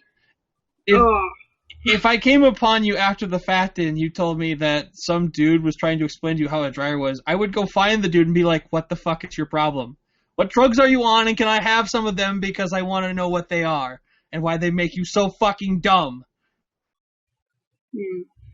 I mean, if you think, for those out there, anybody else, if you think somebody is confused about what they're looking at, ask. If they tell you they're not, you understand how this works. Yeah. That's the real problem. Nobody's asking. They're just wandering up and assuming that I'm dumb. Or that I need assistance because I'm looking at something. You have a bleeding vagina. Obviously, I'm not actually buying the dryer, but when I go to Fry's, I like looking at everything and daydreaming about the day where I can own my own fucking dryer. I especially love to look at the fridges. because I enjoy cooking. But Oh, exactly. But yeah, this has only happened once to me, but I know it's happened to a lot of other people. This goes to the handicap issue. Like, it's very sweet if you open the door for me, or hold the elevator, or something like that. You should be doing that for people in general. If you get there first, don't cut me off. I'll slap you if you cut me off, because you're gonna knock me over if you do that. But if you try to take my stuff away from me to carry it for me, and I don't fucking know you, that's an issue. Somebody has tried to do that to me. It was on campus. I was carrying my tote. I didn't even have that much on me. It wasn't even that bad of a day. Like, but they tried to take it from me. A random person? Yeah. I don't even think they were in my class. I didn't know them. This wasn't an issue of I forgot them. They didn't ask if I needed help or anything like that. They just tried to take my bag from me and tried to explain it off that they thought I needed help. That's just... Yeah. Like, I want to be mad at somebody like that, but that just seems like they weren't... Like, there was something there that they were not taught about social norms that... Yeah. You ask, well, hey, do you need help? Would you like me to help you? And the person says, no, I got it. You go, okay. Yeah, that's an issue of maybe they didn't realize to ask, or they've been taught wrongly to just blindly assist someone. And again, doors are fine, but don't touch me. What? But this apparently You need to explain to me what happened there. Somebody opened the door and touched you? Sometimes people will put their hand on your back and try to, like they think they're helping, but, push. Like, you need... I fully believe you, but I can't kinetic energy assistant.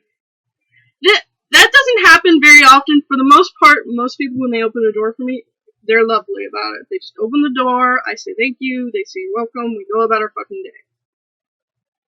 But every now and then, they will put their hand on my back. It's like, dude, I don't know you. I'm a pretty physical person, but only if I really know you. Please don't touch me. If I have fallen over, feel free to touch me. Pick me the fuck up. But I do not need extra kinetic force. You are literally just trying to knock me over. You're literally blowing my mind. Like, I fully believe that this actually this actually happens. Like, I'm not disagreeing with you, but I'm shocked that it does. I mean, I don't think they're thinking about it. I think it, for the most part, because... Well, it's just a social rule. You don't touch people you don't know. No. Like, that's not... Like, it doesn't happen that often. So, my brain normally tries to assume that it's a motor reaction to maybe somebody else they know that they're used to doing that to, or they're just dumb. Fair enough.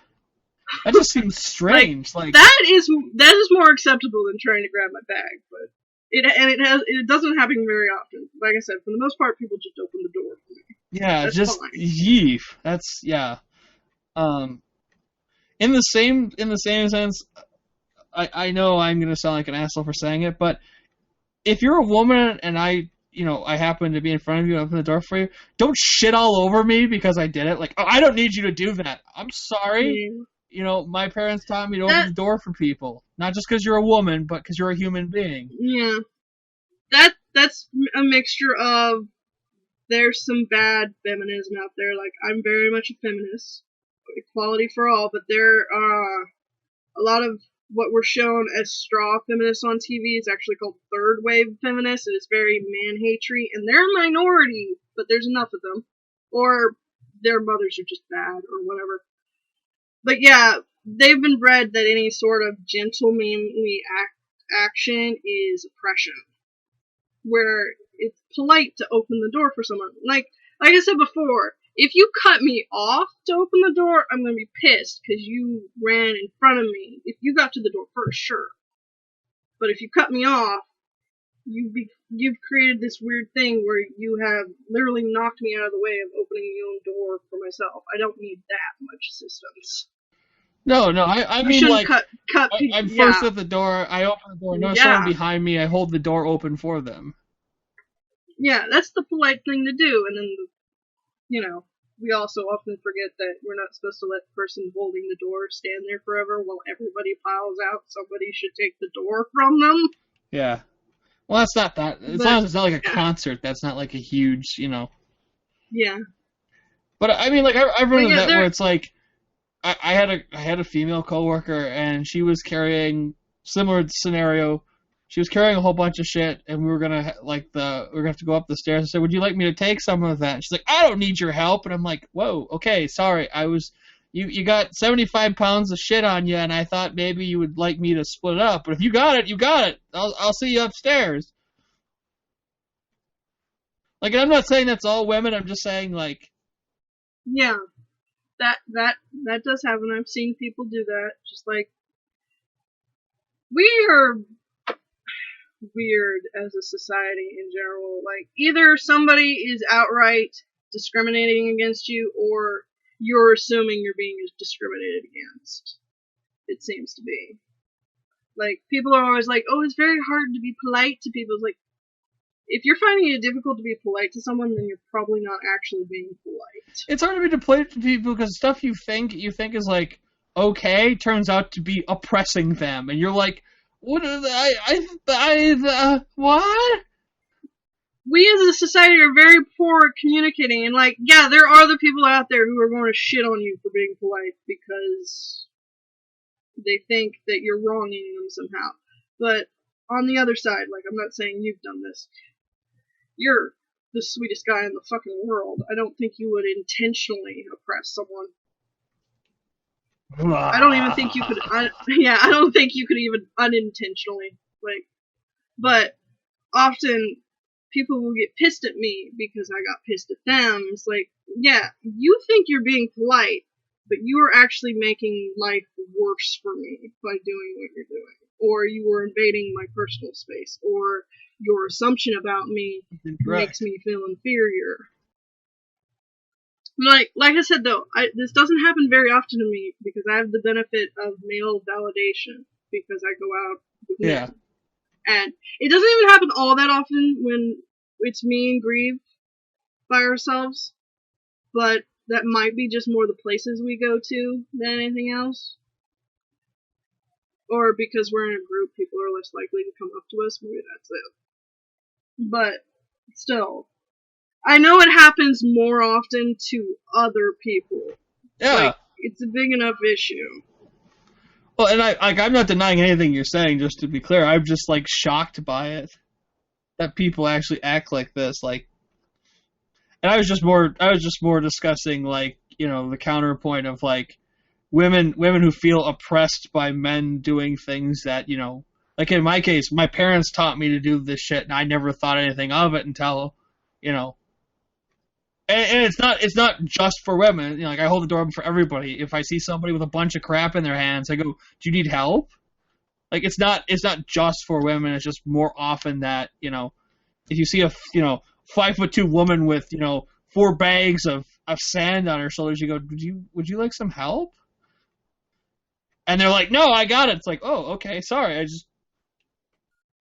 Yeah, there's a point to being polite. Like, occasionally you hear the thing, oh, let's stop being polite to one another and get real. Well, what if being polite is me being real? Like, I don't know you well enough to be real with you. Like, I don't have a reason, unless you've done something to me, to hate you, so why not be polite? Well, I mean, like, it's like way back when we first started talking about this stuff. Like, I have a weird thing about, and it is what it is, whatever. But like, I have a thing about calling people sir or ma'am, and I've run into non-binary gender identity folks, and then I get into all kinds of trouble because like I'm like, do I call you sir? Do I call you ma'am? I'm talking transitional, not. I'm not talking like sexual preference. I mean like gender in the physical sense. And then I get the shit on because there's like a third set of pronouns, whatever, and I'm just like confused as shit. Like, whoa, okay, shit, sorry. Well, see, at least you're trying. Like, in all honesty, again, I'm a cisgendered person, but I'm talking on behalf of other people because that's how this conversation is going. Yeah. But there are I follow a lot of people who write wonderful articles and whatnot who aren't cisgendered, who fall very much in different places on the spectrum, be it trans or gender fluid or agender or whatever they might consider themselves. For them, the most part isn't so much being misgendered, it's being misgendered after the fact of correcting someone.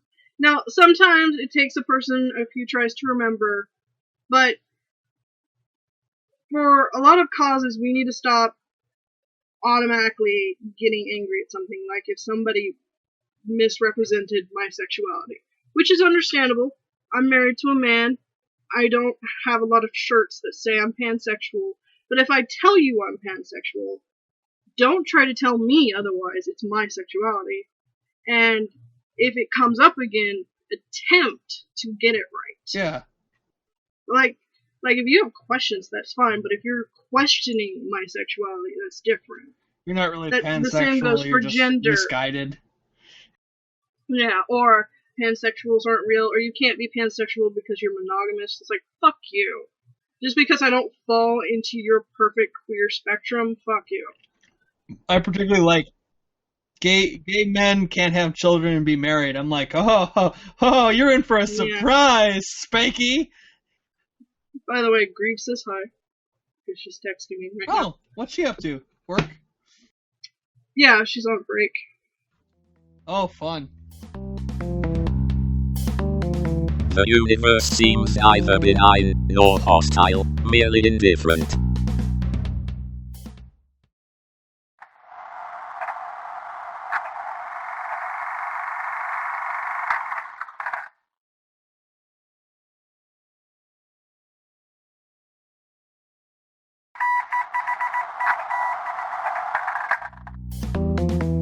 This is part 4.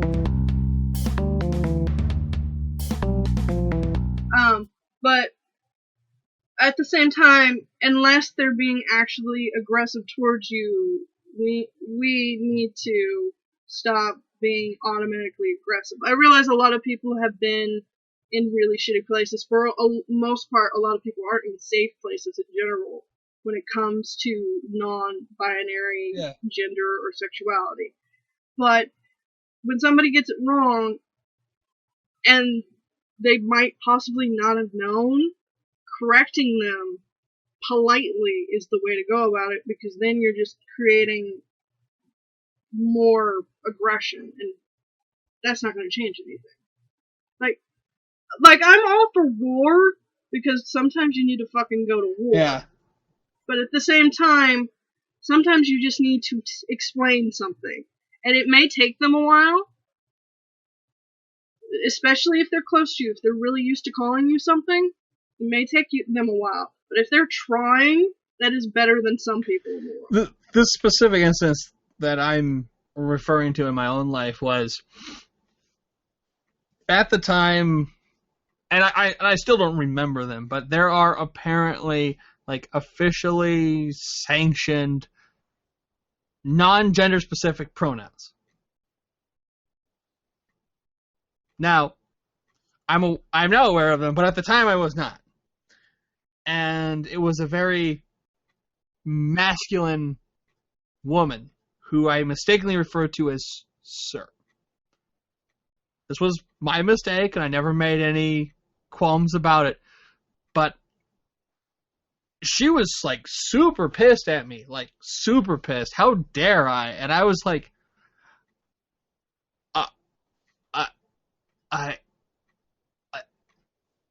I had no physical cues because she was wearing a loose shirt, we'll say, with a sweater, so it wasn't obvious, and she didn't have large tracts of land, because I'm one of those people who's still nervous about saying that out loud. Anyway, this speaks so much about what I do for a living. So, it wasn't really obvious there. No makeup. Very, like, had a hairstyle like I have, like short hair. and it wasn't immediately obvious. Very manly glasses, or non-gender glasses, we'll say. Like, they weren't a feminine design. They were, just like you or I wear, just generic black frame glasses. And I felt really stupid. I felt even stupider when she was yelling at me about how dare I not realize she was a woman. And I was like, I'm sorry, ma'am. Which drove her even worse, because now I'm actually correctly referring to her with the right sexual pronoun. Because I couldn't get it right the first time, but now I can get it right? Oh, sure, you're one of those guys. And I'm like, I'm sorry? She didn't have a right to get that upset, especially when you corrected yourself. But at the same time, you gotta realize she's probably dealing with a lot of shit. And hopefully, like, a lot of people out there won't do the same thing. Because there are, people out there who are more than willing to sling what they perceive as hate back with more hate. But at the same time, we all need to realize that we're gonna get shit wrong. And sometimes it just takes telling us otherwise. And hopefully we'll remember. And if we don't, tell us again. If it happens too often, though, maybe we need a bit of yelling at. Well, I've had no end of trouble trying to correctly use pronouns with the, we'll say, non-cisgendered crowd. I think that's the most PC way to put it. And I always feel like an idiot, like,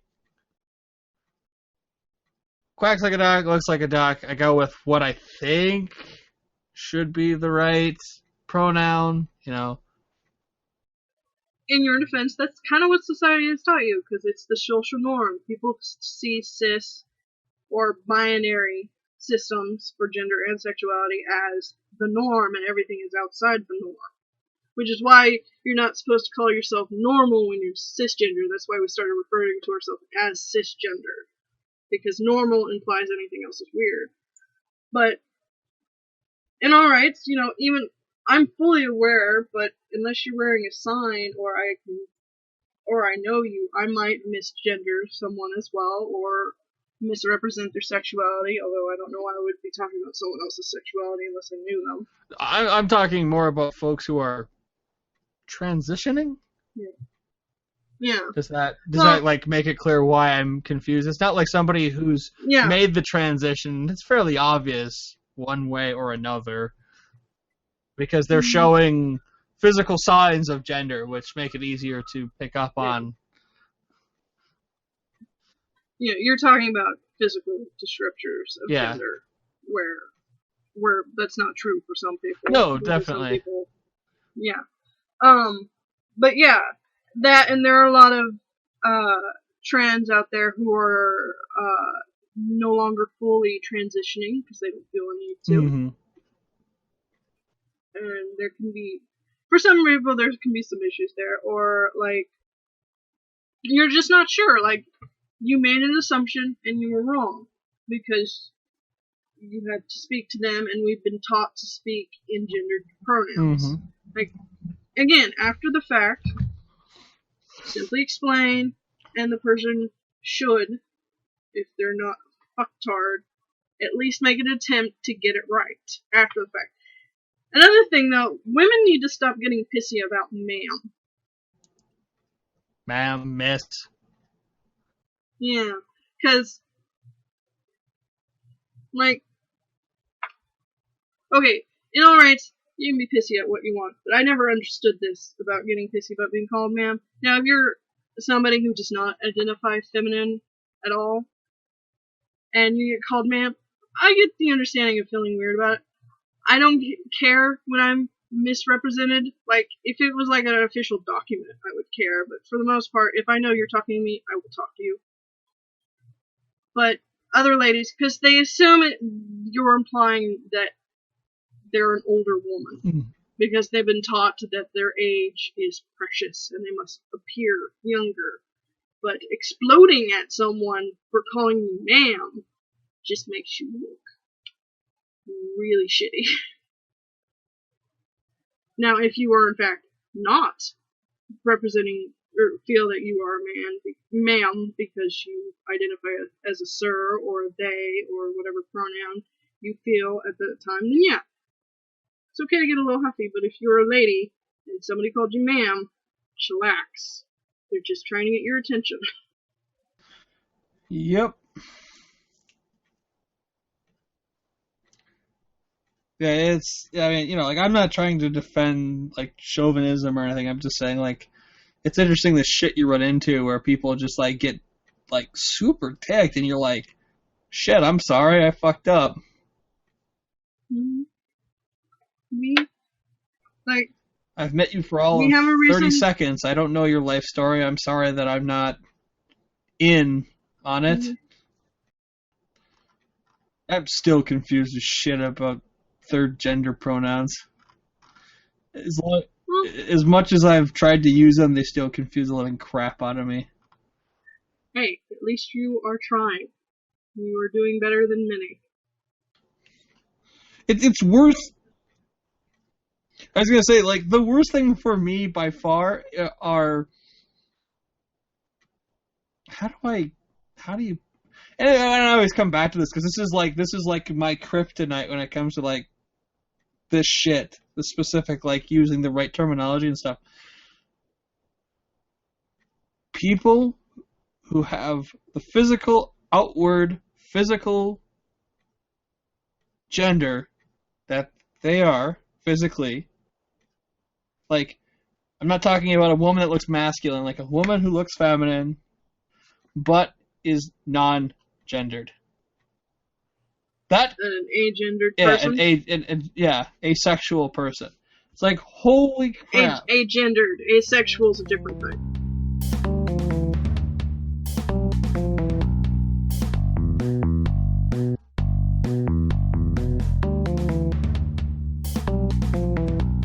But yeah, again, that's a society has taught us for some reason that default, i.e. non-gendered or androgynous, is somehow more male than feminine. Yeah. But yeah, there are, like, again, the minority, but still they exist, people out there who feel they are non-gendered, or just don't feel they identify with a gender, but don't necessarily feel that they're gender fluid, so they feel agendered, and that's how they identify themselves, so they prefer non-gendered pronouns, like them, they, and so on. And that can be confusing to some people, because you're supposed to have a gender, there's boys and girls.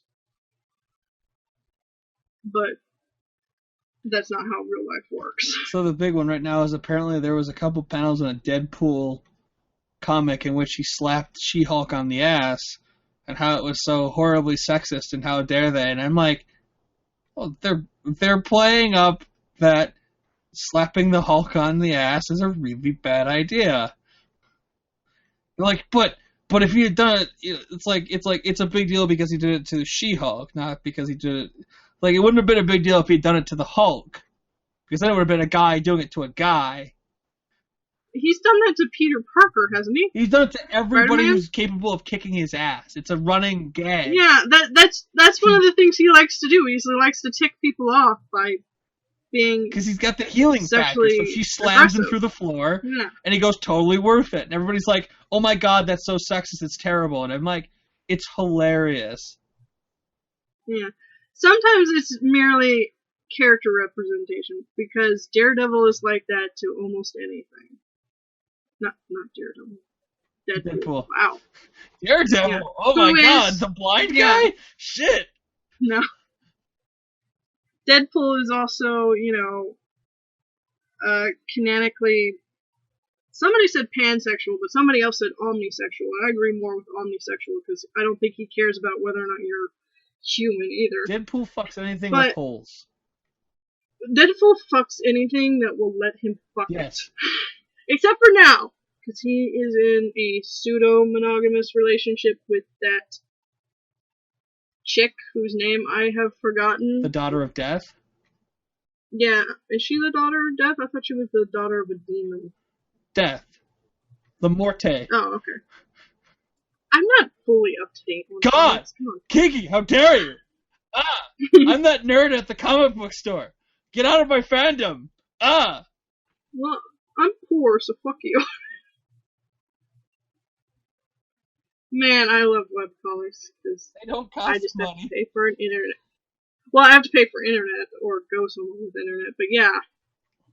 That's like paying for electricity. There's just Utility. some great webcomics out there. My personal favorite being The Devil's Panties and, that's something awful. What is the other one called? Oh, my freaking friend got me hooked on it. Now I can't remember the name of it. Something positive? Is that it? No. It's the one below it in the list. I have a list going. Let me look it up. I can't remember. Okay. It's the yeah, one there where are a like lot the of great robots comics out there. are like it's like a normal like slice of life webcomic, but then there's like AIs and robots and shit. Hang on, I'm sorry. I should know this. Questionable content. Oh, yeah, I love QC. Yeah, so I read Three Panel Soul from the guys who originally did Mac Hall, Penny Arcade, Questionable Content, Devil's Panties, and I used to read Least I Could Do, but now I just kind of like check it once a month. I got really, like, I don't care enough for it anymore. Like, I liked it, and then I got bored with it, and I don't care to go back. Sort of thing. Maybe someday. For Least I Could Do. But yeah, there's a lot of great content online, be it comics, writing, shows in general, because YouTube's not just crotch kick videos and let's plays. There's a great variety of people who are making stories and whatnot on there. Mm-hmm. The internet is just a powerful tool. But yeah, there's still a lot of shit in comics. Mainstream comics, that is. Because apparently we have to say that doesn't make me want to go back to them. Like, there's a lot of great stuff going on too, but it's kind of being overshadowed by the shitty stuff. Mm-hmm. Isn't that Sturgeon's Law? And only 10% of anything is really good. The rest of it's just absolute crap. And as I get older, I have less tolerance for it, because I used to be willing to put up with it, but it's the fact that it's still around is so saddening that it makes me not want to be a part of it. And especially when I can get access to far greater stuff by going outside the mainstream, by going to the internet and going, this is great. I will watch this instead of your shit on TV. There are sadly quite a few television shows that I really should stop watching, but I hate them so much that I enjoy watching them for the hate kind of thing. Wow. Like, I enjoy sitting with my husband, bitching about the show. Or they have, like, just enough good moments to make me fucking come back. Yeah, it's like a good drug dealer. Yeah. But I mean, you know, it's like I literally have almost zero interest in American television. I have almost zero interest in European television, which is saying more than just Great Britain. Just in general, like, Western television just does not interest me unless it's something like Modern Marvels, Cosmos. Like, I'm not interested by, like, sitcoms and, you know, Mad Men and Breaking Bad and shit. Like, they're okay, they're fine, but they're not, like, my thing. And I watch Game of Thrones just because all my friends watch it, but honestly, like, it doesn't do it for me. I'm not like, oh my god, gotta sit down and watch Game of Thrones. It's like, Game of Thrones, okay. I mean, I'm just considering, like, for, like, fandoms and stuff, like, I know a small cadre of people who are what I would call more than casual anime fans. I mean, obviously, there's just a shit ton of people who are into anime, but I'm talking, like, not super hardcore, closed-off anime fans, you know, still you're still here in reality with the rest of us. Like, you haven't turned into a caricature of a troll. But I was going to say specifically, like, you, Kiki, and my other friend, Racecar, are the only two women I know who are actively willing to talk about anime. And that kind of scares me. Like, I've run into other women who are into it, but, like, if you bring it up, they, like, immediately change the subject. Like, I gave some generalizations earlier about why that might be, but I don't know them well enough to actually know. Maybe they just don't have, like, any real opinions on it, or don't care, or it's the social issue. So I heard one of my other coworkers talking about Kill la Kill, and I'm like, oh, did you like it? I'm on, like, we're on, like, 19. I don't remember where we left off. We're more than halfway now. I was like, I just started watching it and really enjoying it, because I heard her talking about how much she liked, Ryoko as a character. Like, she's strong, and she's got, opinions, and, she's like a human being. She's not just a placeholder for hot, sexy cheesecake. And I was... Kill la Kill does get a lot of flack for that. Yeah. Well, I mean, she does do it, but that's part of, like, the societal thing in Japan. Like, it's not... It's female empowerment through the male gaze. Like, I feel like Kill la Kill gets away with it because it represents it in a good way. Like, it gives it context, plus the characters are good. Yeah. Whereas, like I said, like, many episodes ago, I could not finish watching, what was it, Vividrid Operation, because the sexualization had no context. Wasn't it the one with the little girls? Yeah. It's kind of like... I mean, it was a bit because they were fucking, like, elementary school kids, and Kill la Kill is at least teenagers. Yeah. But, yeah, it's like, it had no... Because before all that, because it really only happens... Well, okay, they are running around for the most part in, like, swimsuits and shit. Yeah. It's less sexualized there, it's more... But... in, like, the transformation sequence, it's suddenly very over-sexualized. It's very a jarring twist from the rest of the show, which is more cute girls have friendship, and suddenly it's like, let's perverse that. And I couldn't... No. Yeah. Like, no, you lost me there. It's not that they're naked, it's how you're portraying their nudity. There's nothing wrong with non-sexualized nudity. And and some people may ask, well, what do you mean by non-sexualized? I mean, nudity with context is fine. Nudity for the sake of, hey, look, they're naked, is stupid.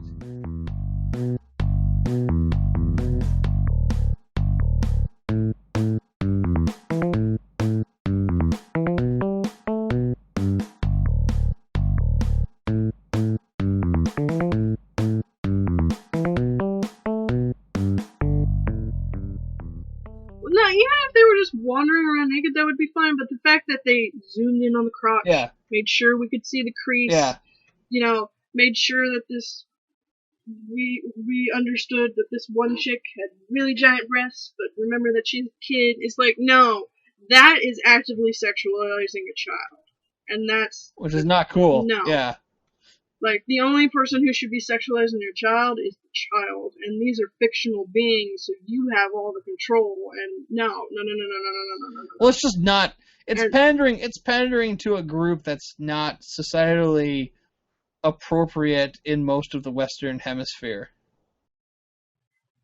At the same time, it's not really appropriate over there. Like, they get away with it, but at the same time, they have very stricter, like, child sex laws / they crack down harder on sex rings, that especially if they involve children. So they've got a weird dichotomy going on there.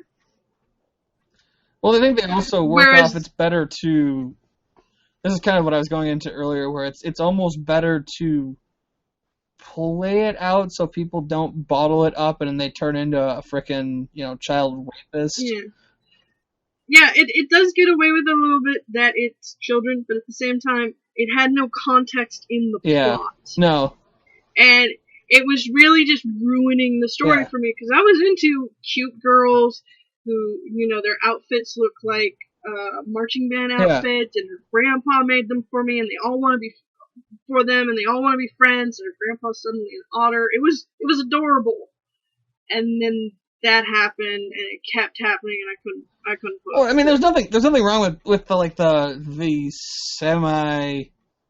I don't want to say naked transformation, but semi-nude transformation, because yeah, it wasn't that they were naked; it was how they Yeah. were portraying. The because they did that Or- with Magical Lyrical Nahona, and that was fine. She's 10 years old. It was like whatever. But to be fair, at the same time, her underwear never came off. Like it was, the clothing morphed. They never got fully naked, but And I shouldn't say that. they were almost butt. The way they were portraying it. It was, look, these sexy kids. And I say, because once they got... Your show isn't even about sexy kids or anything. It doesn't work. It makes me not want to watch it. So I stopped watching it. Exactly. Whereas Kill la Kill, they at least give it context. The characters are still really good. It's got a really great story. And the fact that they joke about it helps too. Well, and Senketsu's so interesting too, because he's a character, so he's great in that. So it's not so much a pass as much as it works. Well, because giving it a pass implies that there's an issue, where I don't really see an issue. I can see nothing wrong with it, because literally it's the bond between her armor and herself. Her clothing is sentient. Senketsu, her armor, is a sentient being. He has feelings, he has thoughts, he has characterization. Which sounds crazy coming from a Safuku, but when he tells the guy, the naked whatever dude, like, I'll die before I'll give her up. It gives context to the fact that, the nudity is part of what he is to her. Like you said, it's the empowerment through male gaze and partial nudity. Yeah. Or showing skin. It's still the issue that it's male gaze, but it works in the context of the show. Mm-hmm. And it's still a really good show. Like, if I had been, and trust me, I enjoy some good pandering here and there.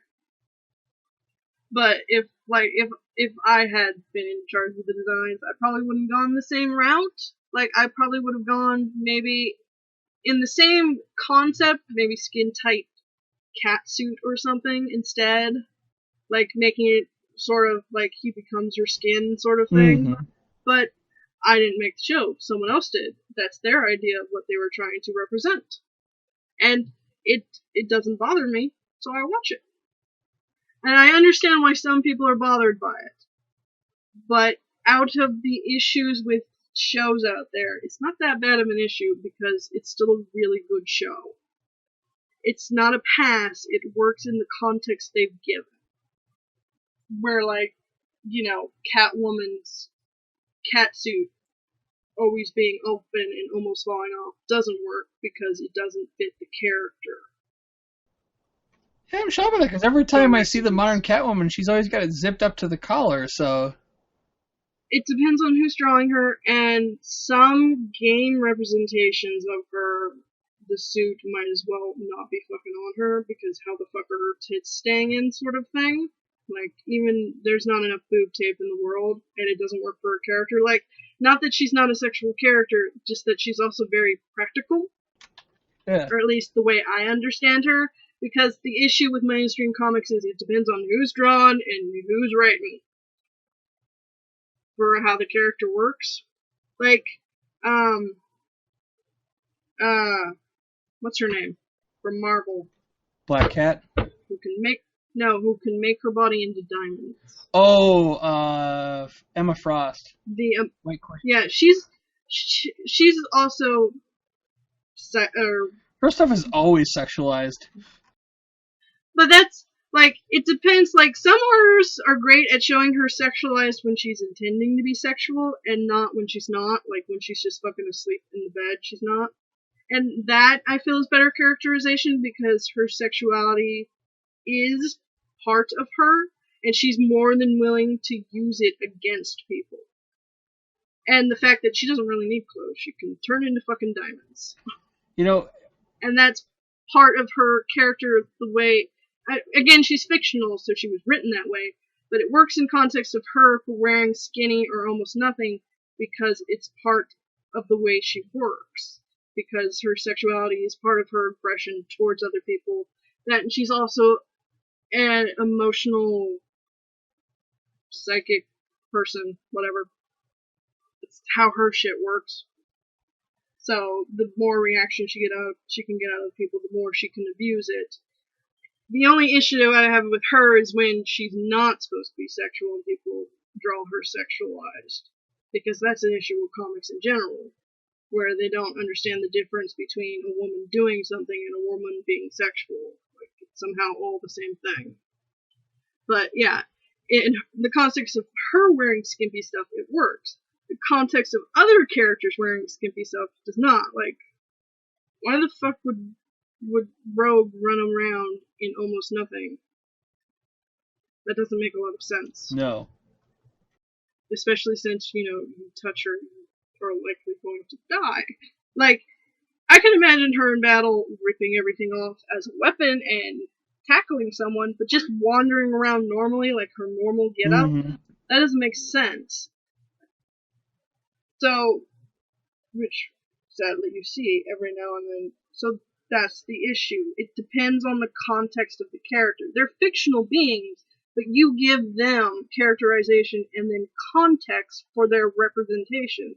And if it doesn't fit, you're just pointlessly sexualizing them. And that happens to a lot of characters who happen to be ladies. Yeah, I'm actually shocked. I didn't even realize that. I thought in Arkham City she had her thing zipped up, but she doesn't at all, and it completely passed me right by. But in the comics, a lot of the comics, she's got it. If she's running around, she's got it zipped up to the neck. But if she's sitting there talking to Batman, it's unzipped. It's like, oh, I see. In that context, it makes sense. She's putting him on edge. That she wants stuff from him in general, because that's their relationship. But some artists, either through their own or because a writer put it in there or an editor, draw her running around with the thing zipped down. It's like, no. She's clearly not wearing a bra on that thing with the way you have it, or she's wearing the worst fucking bra ever. Yeah.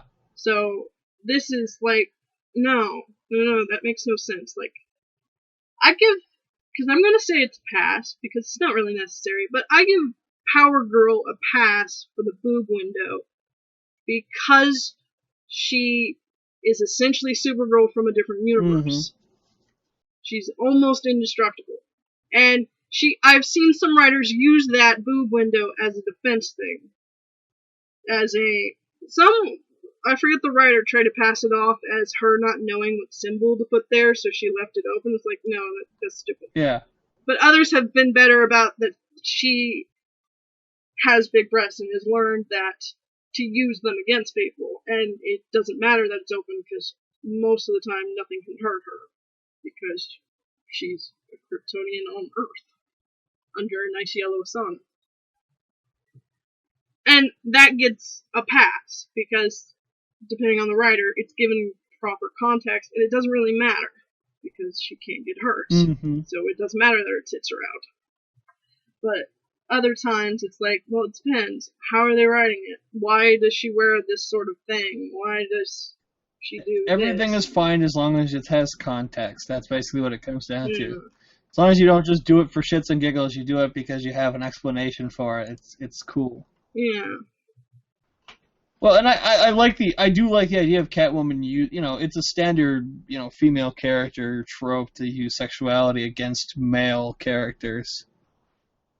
Because men are all dumb pigs who, which is why it's so hilarious that she tries to use it against Batman, because Batman is literally unflappable.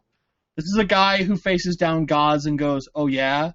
Well, what about this? And pulls something out of his pouch. I mean, if you're going to try to use your tits on any superhero, Batman's not the guy to do it against. Because Batman's just okay. you're still going to jail. I see that more of a, she's not so much trying to use them against her, she's trying to see if she can get a reaction Yeah. out of them. No, I'm aware. I'm just saying, like, in the Yeah. sense of, Like, other villainesses, yeah, sure. Because apparently Bruce will sleep with a wide variety of women. well, I mean, he is still a man. What now? I mean, he is still a man. Yeah. But yeah, he fathered a child with Talia. I think there's a continuity where he actually marries Selena. That might have been a while. I don't know. Like I said, I've been out of it for a while. Although I think at least Damian Wayne's alive again. I'm not sure. Did he actually die? I don't know. But yeah, again, they're fictional beings, and you have the power over them. So, if you're going to do something, try your damnedest to give it context to either the situation or at least the character. And sadly, a lot of female fictional characters don't get that benefit. Or they are wearing an outfit that makes sense, but then suddenly you switch artists and the outfit technically still makes sense. It's just they draw it in a way that is impossible. Like, not even you get away with it because it's art. Impossible. Impossible because fabric does not sit that way on boobs, and we're tired of seeing it like that. Yep.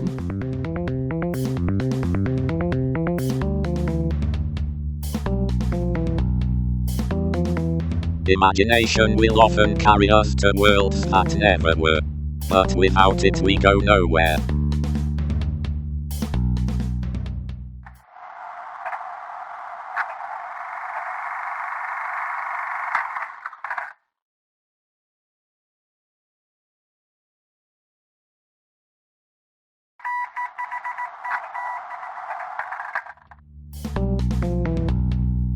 This is part 5. Where you can literally see the definition. And like, no. Like, you know what? I'll give you a pass. Maybe the suit has a bra built in and they're not wearing one under, but that's still not how it would sit on a woman's chest. So please stop drawing it like that. If you're gonna wear a catsuit, there's no point to leaving it unzipped in the front. Like, yeah. That's especially on characters who have no like super defenses or anything. It's like, why would they do that then? You're pointlessly exposing yourself. Yeah. I meant that more like, yeah, just in the sense of like, there's no logical sense to be wearing a catsuit that you leave zipped halfway down. It's like, why would you even have the zipper go all the way up if you're not going to zip it all the way up? Yeah. Why bother with the catsuit then, in general? Yeah. Other than whoever was in charge went, I want to sexualize this character, catsuits are a go-to, but I need more tit showing. Like, catsuits, real world catsuit, not this type they sort of describe in comics, which wouldn't work. Yeah. Make some sort of sense because it's a onesie that's pseudo-tight fitting, but in reality isn't that tight fitting. Like, you can move and fuck and shit, and isn't normally made out of like fucking vinyl. Mm-hmm.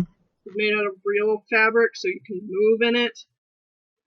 I mean, those generally sort of make sense. Comic book cat suits often do not make any sense. No. Well, it's like I really enjoy the move of Batman from like fabric to actual like armor. Yeah. Like he's wearing like a SWAT officer's fatigues underneath basically hard armor instead of it being like a skin tight, spandex suit. Mm-hmm. Which, if he's given real world context, pseudo real world at least, for his outfit, why can't any of the ladies get that? Oh, it's because you think that's what will sell. Well, To be fair, Yeah. all the other ladies except for Catwoman are supervillains. Well, there's Batgirl. Well, they just don't. She's running. I mean, Batgirl has some stuff, but they're really moving Batman away from the like skin tight suit to what? Isn't Batwoman still running too? Probably. I don't pay attention to comic books, but I don't ever remember, like, I never remember seeing Batgirl get a redesign, but they're moving Batman away from the spandex to, like, heavy armor. Like, he wears, like combat armor now, almost. Like, Yeah. it used to be just gloves, now it's gauntlets. It used to be just, like, regular, like, boots. Now it's, like, combat boots with, like, greaves up the leg. He looks like a heavy-duty SWAT officer. I mean, normally they try to pass it off as, well, they're lighter and faster, but then they show Batman doing the exact same fucking stuff they do, so clearly the armor can move. I think last I looked, Batgirl's kind of got a more classic design going on, Yeah. but she's generally drawn to where it looks more like a realistic full suit. Well, I seem to remember, like, the modern, or, like, the current modern design is kind of armored up, but not as much as his is. Yeah. Well, she's got, I mean, you could argue she's got less muscle, so she would have to carry lighter armor. Well, I mean, I will give you that. Like, there is some contextual, you know, you gotta make it look like they could actually move in it, but often it's just, no, they're a lady, they get a skin-tight suit or ridiculous armor that would actually kill them. Like, oh my god, boob plates. Please stop making those. yes. I seem to remember seeing some modern cosplay of her newest armor or whatever, and it was pretty... Like, it was actually, like, segmented soft armor. That would work. If I could remember what the cosplayer's name was that I saw, I would link it to you, but I'm trying to remember... Like, it evolved from something that looked like a corset on top of, like, latex, but then they went, like, somebody went with a different... Like, the artist changed, and they changed it up where it was actually, like, the corset went away, and it was actually, like, armored pieces that all stuck together. Kind of like, Batman's got the same thing, except his stuff is all hard. It's, like, hard plate on soft, like, Kevlar. See? That would work. Like, okay, if the weird outfit is magical in some way, normally it gets passed, but at the same time it's like, well, still, what's the context? Like, magical girls running around in big fluffy dresses and stuff gets passed, it's magical, but certain outfits put on people under the qualms that it's magical still don't get a pass, because it would probably look like that regardless of if it was magical or not. Like, Wonder Woman gets pass because, one, it's iconic. Two, especially modern Wonder Woman is essentially godlike. So, again, can't really be hurt. That, and she has other outfits of, like, more realistic looking armor. Yeah. For, like, when they go into full-on wars and stuff. Yeah. Which I love when they do that. When she puts on, like... The Hapolite armor? Not that every version is great, because the boob plate again, but still, like, when they put on, you know, full armor, and she's got a shield and a sword, and she's badass, and, you know. I'm really liking the Arkham Knight games, because they all have very realistic armor. Like, even Robin has, like a breastplate type thing going on, and the big gauntlets. So his arms are exposed, which doesn't make a whole lot of sense, but, like, I guess, like, he could be wearing just, like, a Nomex Kevlar weave, like, undershirt that goes down to his greaves, or his gauntlets. Again, I'm not asking for fucking the most realistic representation of gear for people ever. I'm asking for at least some logic. Yeah. Or character context for it, which most of the time we don't Like, I don't know if she's changed it since then, but I did not really like the redesign of Harley Quinn's look. Yeah, I'm not, like, I like her classical design way more than, like, the stuff they're coming up with now. It's not so much that it's not the classic design, it's a very cliche design of a specific genre of clothing, and I don't feel it works for the character. I mean, they may have changed the character to fix the context, I don't know. But the onesie worked, and, you know, other items could have easily worked, and I felt like it just went, she needs to wear less. Mm-hmm. Sort of deal. Well, like, the nurse's outfit worked in the game, the first Arkham game, because, like... Well, yeah, because she's actually a nurse. Yeah. I mean, that not only had contextual sense, but, you know, was cute and not terribly sexualized. I mean, it's still a very cliche old style nurse's outfit, which is sexualized in general, but it could have been a lot worse. Mm-hmm. And it's not something she was always running around with. Like, it was just something for that time and place. Mm-hmm. Because the stripper outfit from the next game, I just kind of was like, okay. Yeah, it's like, no. I mean, yeah, if she was stripping, it would work, but she's not, so it doesn't. And I do love strippers. I mean, I didn't even really get the design with the other, like, the other design they went with the other, like, fighting game where it was like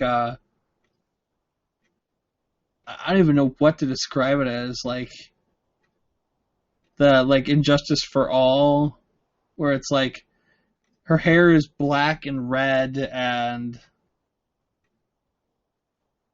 it's like very just for shits and giggles. Like, it's not her modern design is just incredibly strange to me.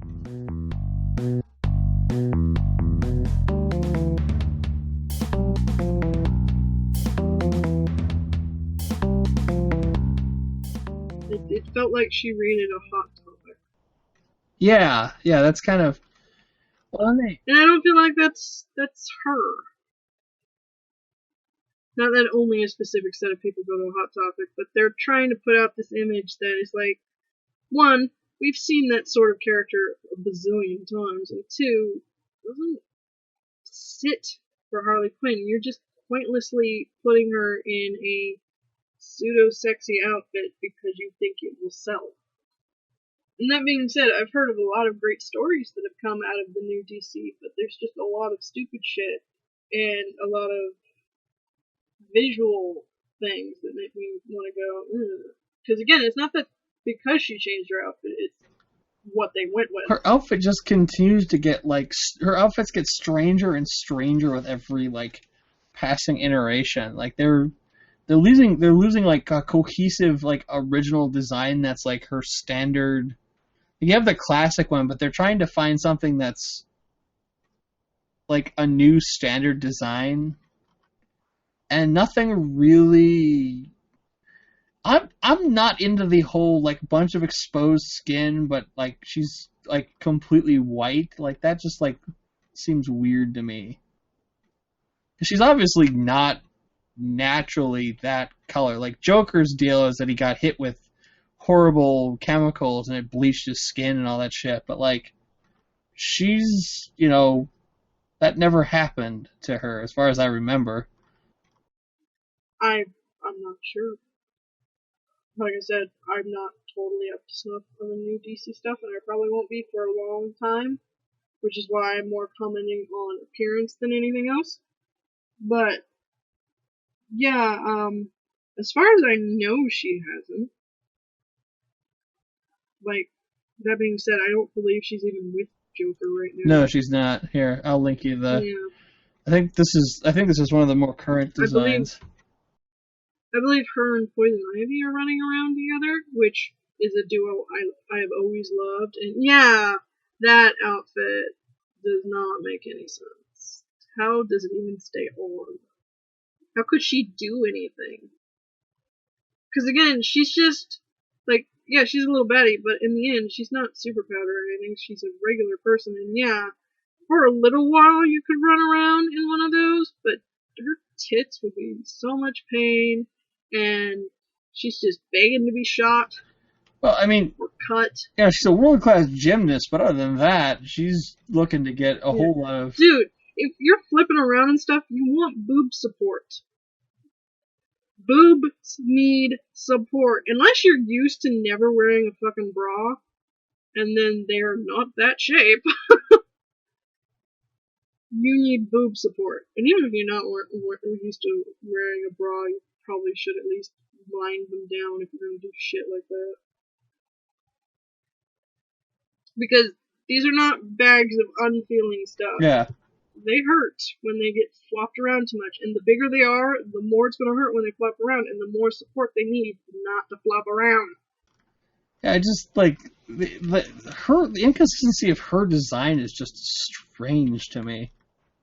They're constantly, everybody's constantly trying to come up with, like, her design. Like, you know, there's a general cohesiveness behind, like, all of the Batman suits. There's a cohesiveness behind all of Superman's stuff. Green Lantern, The Flash. It's, you know, it's stuff that you look at and you go, yeah, that's them. She's, like, all over the place. Like, even Wonder Woman, Wonder Woman has, like, full plate armor, but it's still Wonder Woman. It's blue, red, and gold. Yeah. Well, even when it doesn't have the color, it still has a general theme to it that makes you go, yeah, that's Wonder Woman. So some artists, you have trouble figuring out who they're trying to represent until you look at the armor and you're like, okay, that's Wonder Woman. Dude, you really suck at faces. But yeah, I'm not the only one who's tired of it. Lots of people in the industry are tired of it. Lots of people who buy stuff are tired of it. It's not merely an issue of women being tired of it, because it's not just us. But the fact that it keeps happening just shows that the people who are in control of such thing are either out of touch or don't care. Well, DC has been in touch for a long time. Yeah.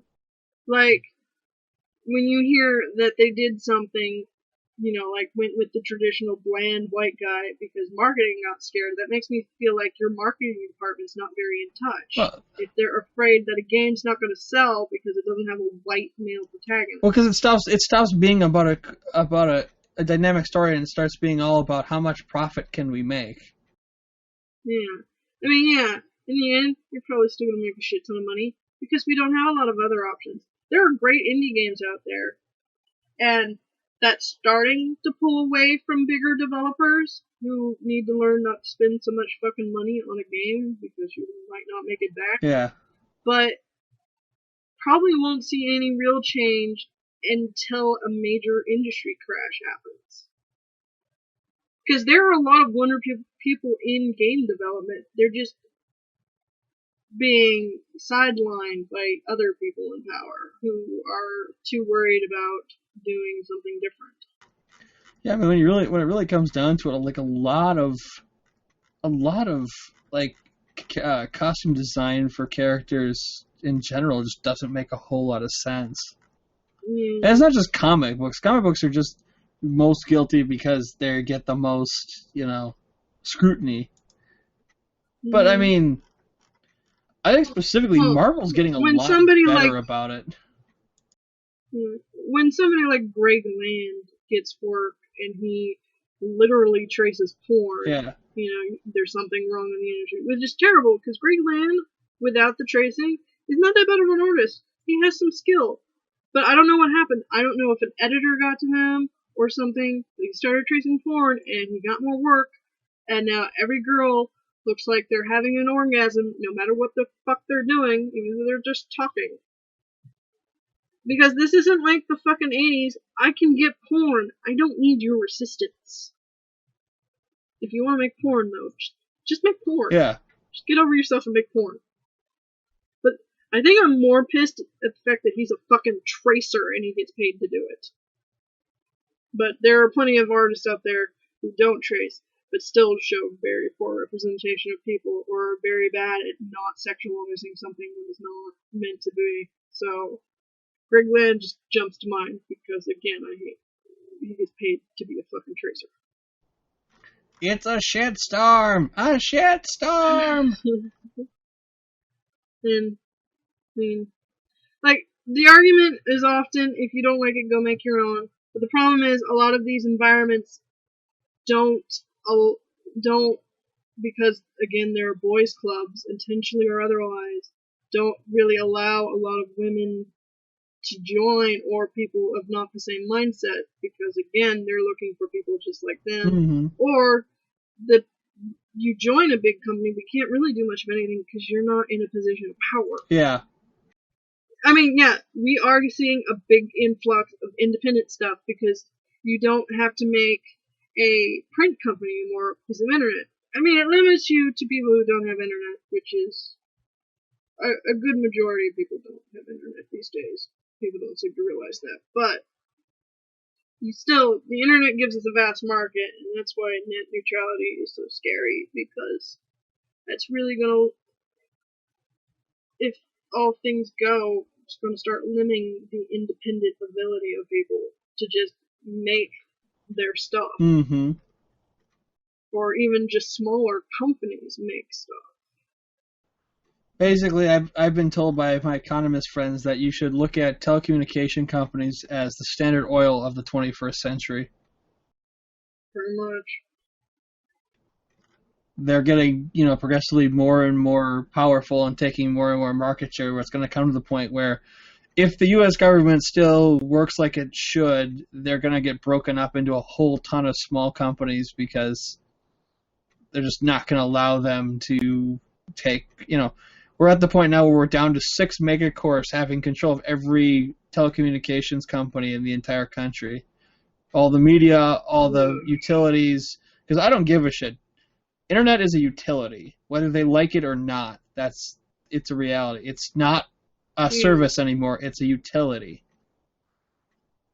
It's a way you get shit into your house. In this case, entertainment and information, but still, it's a utility.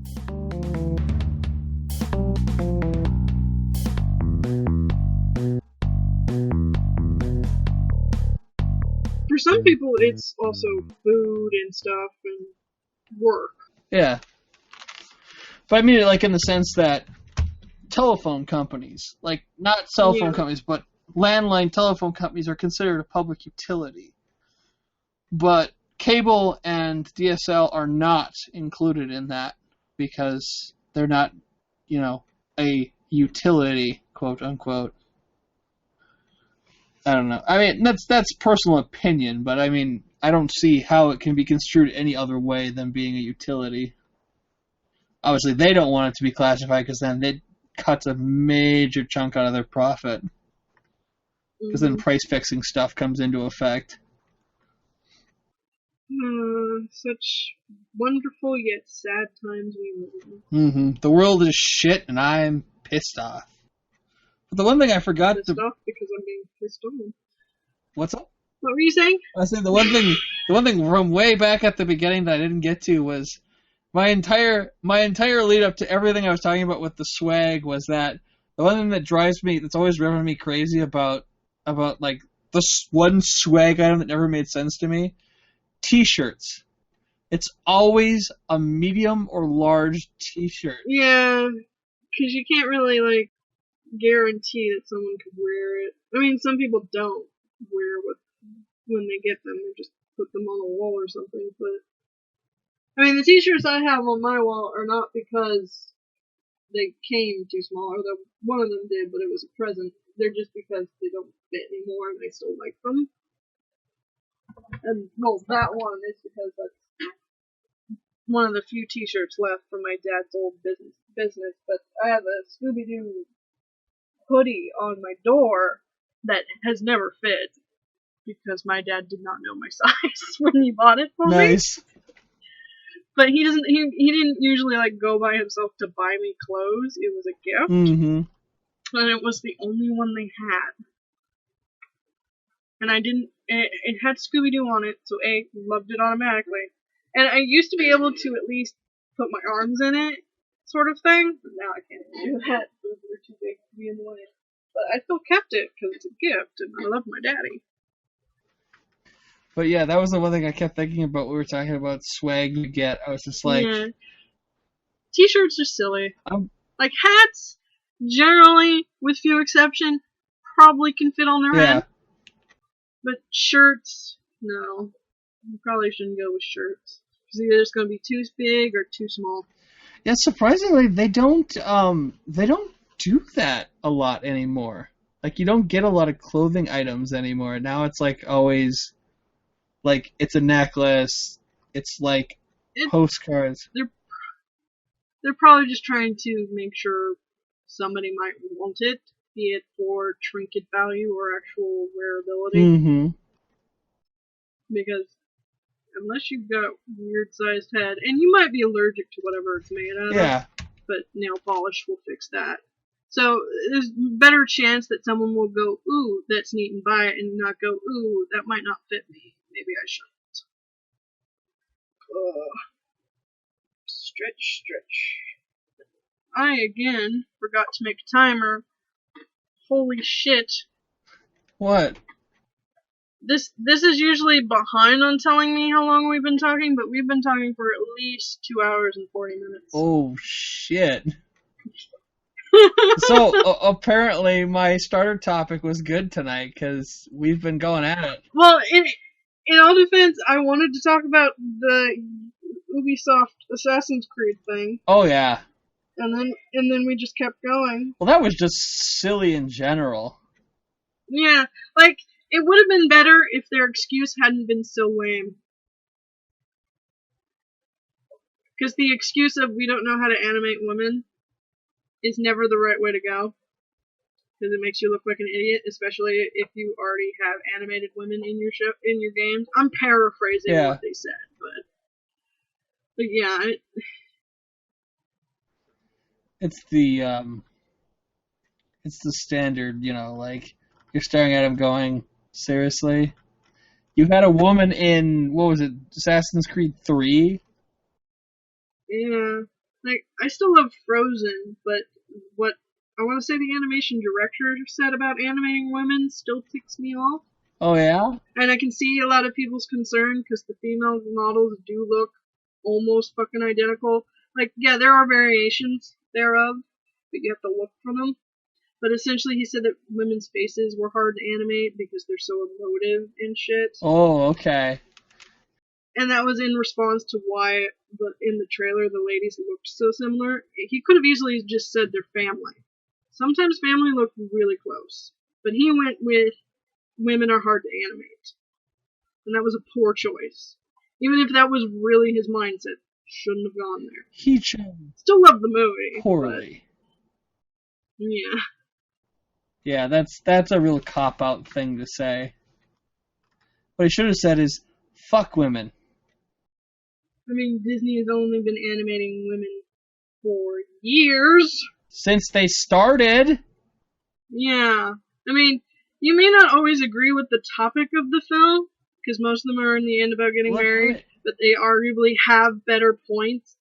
They have a major selection of female-led movies. Anybody who in animation in this day and age complains about the difficulty of animating anything is full of shit. Like, then maybe you shouldn't be in animation. Like, I'm not saying it's not hard, but if you're saying a gender is difficult to animate, you either do not understand the gender or are not good at animating. I mean, because you do not have to ultra feminize a woman for us to realize it's a woman. Mm-hmm.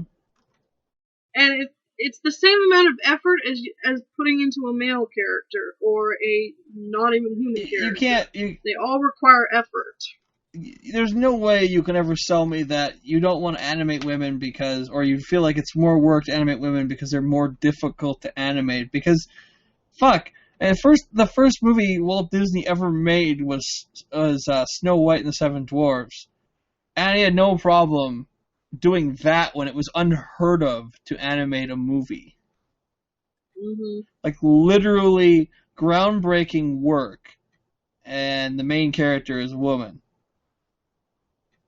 And now it's all computers, especially Frozen, which is once you complete the, what's the word I'm looking for, the model, you don't have to redraw it again. It's not like, you have to draw it every time you make a new scene. Yeah. I mean, there's modeling, and then the animators essentially puppeteer them throughout the scene. Yeah. It's a lot like claymation or puppeteering, but still, if you can make the model, you can make the character. That's all I meant. That, like, with 3D animation, once the models are complete, it's just a matter of puppeteering.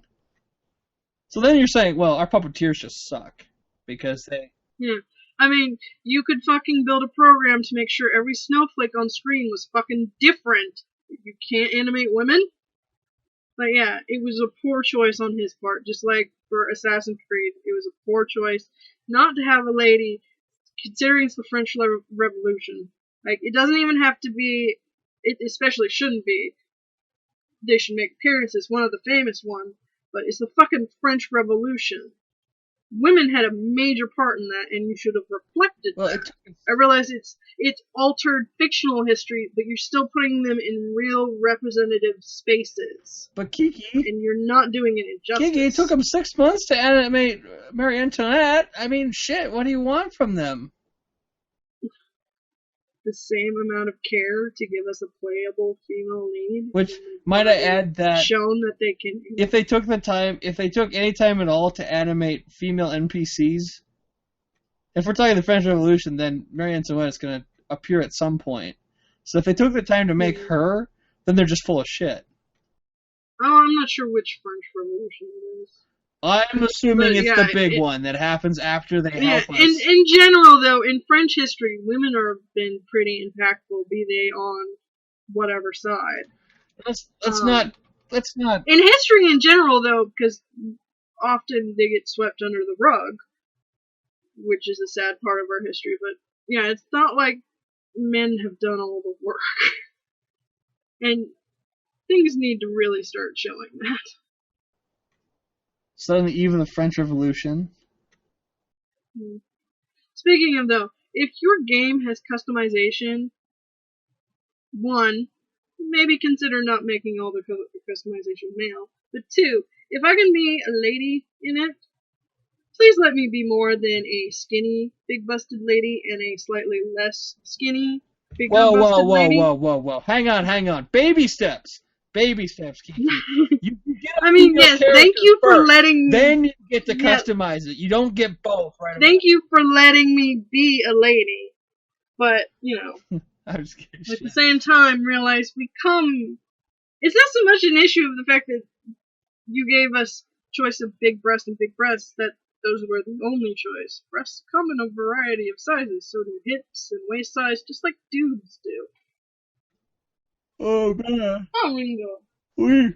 We can't do women because then we would have to do a whole nother set of animations and voices. That's just bullshit. That's literally what they're saying.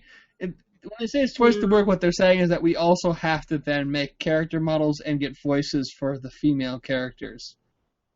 Well, if at the start you had, made one of those 4 men a woman, it probably No, Kiki.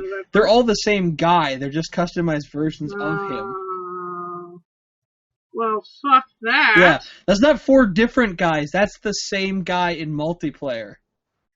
I was very angry when I saw this, so I wasn't paying too terribly attention. I thought it was 4 different people. Apparently it's the same person. They say that is still terrible. You may believe this was 4 different assassins. It even has 4-player co-op, and here's where the double trouble comes in.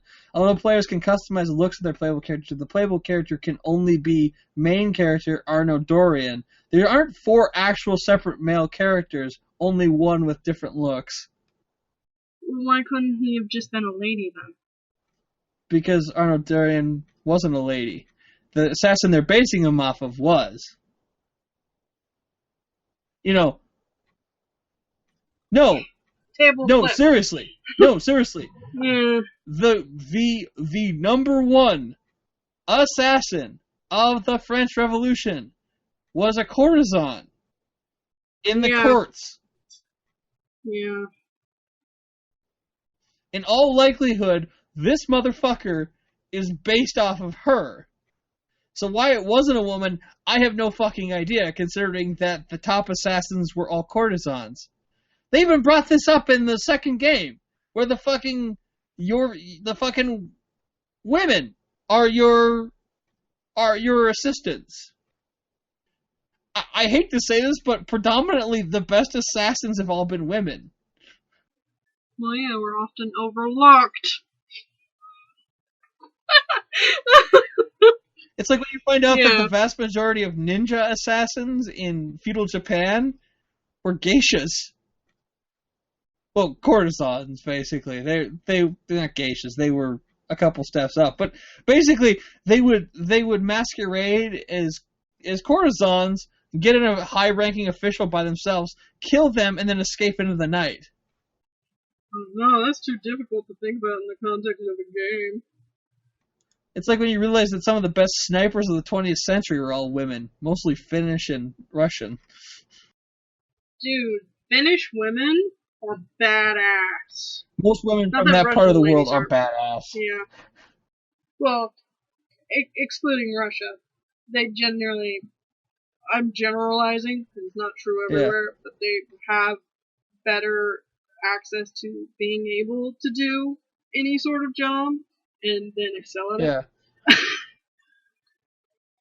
The Finnish in general, better schooling. That whole region, Norway, Sweden, and Finland all have just ridiculously amazing social infrastructure. I mean, not saying there aren't douches. There's douches everywhere, but as a generalization. But I mean, here's the thing. If you're paying 55% income tax, you better have a pretty good fucking social structure. Well, yeah. Which is weird, because America pays like one of the fewest taxes compared to a lot of other countries, and it's partially because we don't get a lot of fucking benefits. And if I got benefits, I wouldn't, me personally, not that I make enough money to be taxed. I'm poor. Would not mind paying shit tons of tax, because a lot of the other people bitch about saying they wouldn't be able to afford. I wouldn't be paying for it. We'd all be paying for it together. We'd all get it. Like health insurance and good schooling, good colleges, retirement plans, safety measures, all, funds for housing and shit. But no, let's waste a lot of money on military equipment we don't use that often. And then send them over with the shitty stuff. Hooray! Okay. I don't want to spend forever editing this. Let's stop. Because I'm almost sure we're at least at 3 hours, maybe more. I'm sure we are.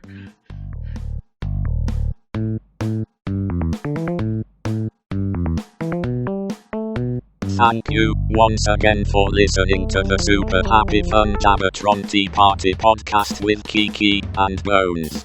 Somewhere, something incredible is waiting to be known. Thank you for listening to our rant film episode. We'll see you next time. See you later, Kiki. Good night, Bones.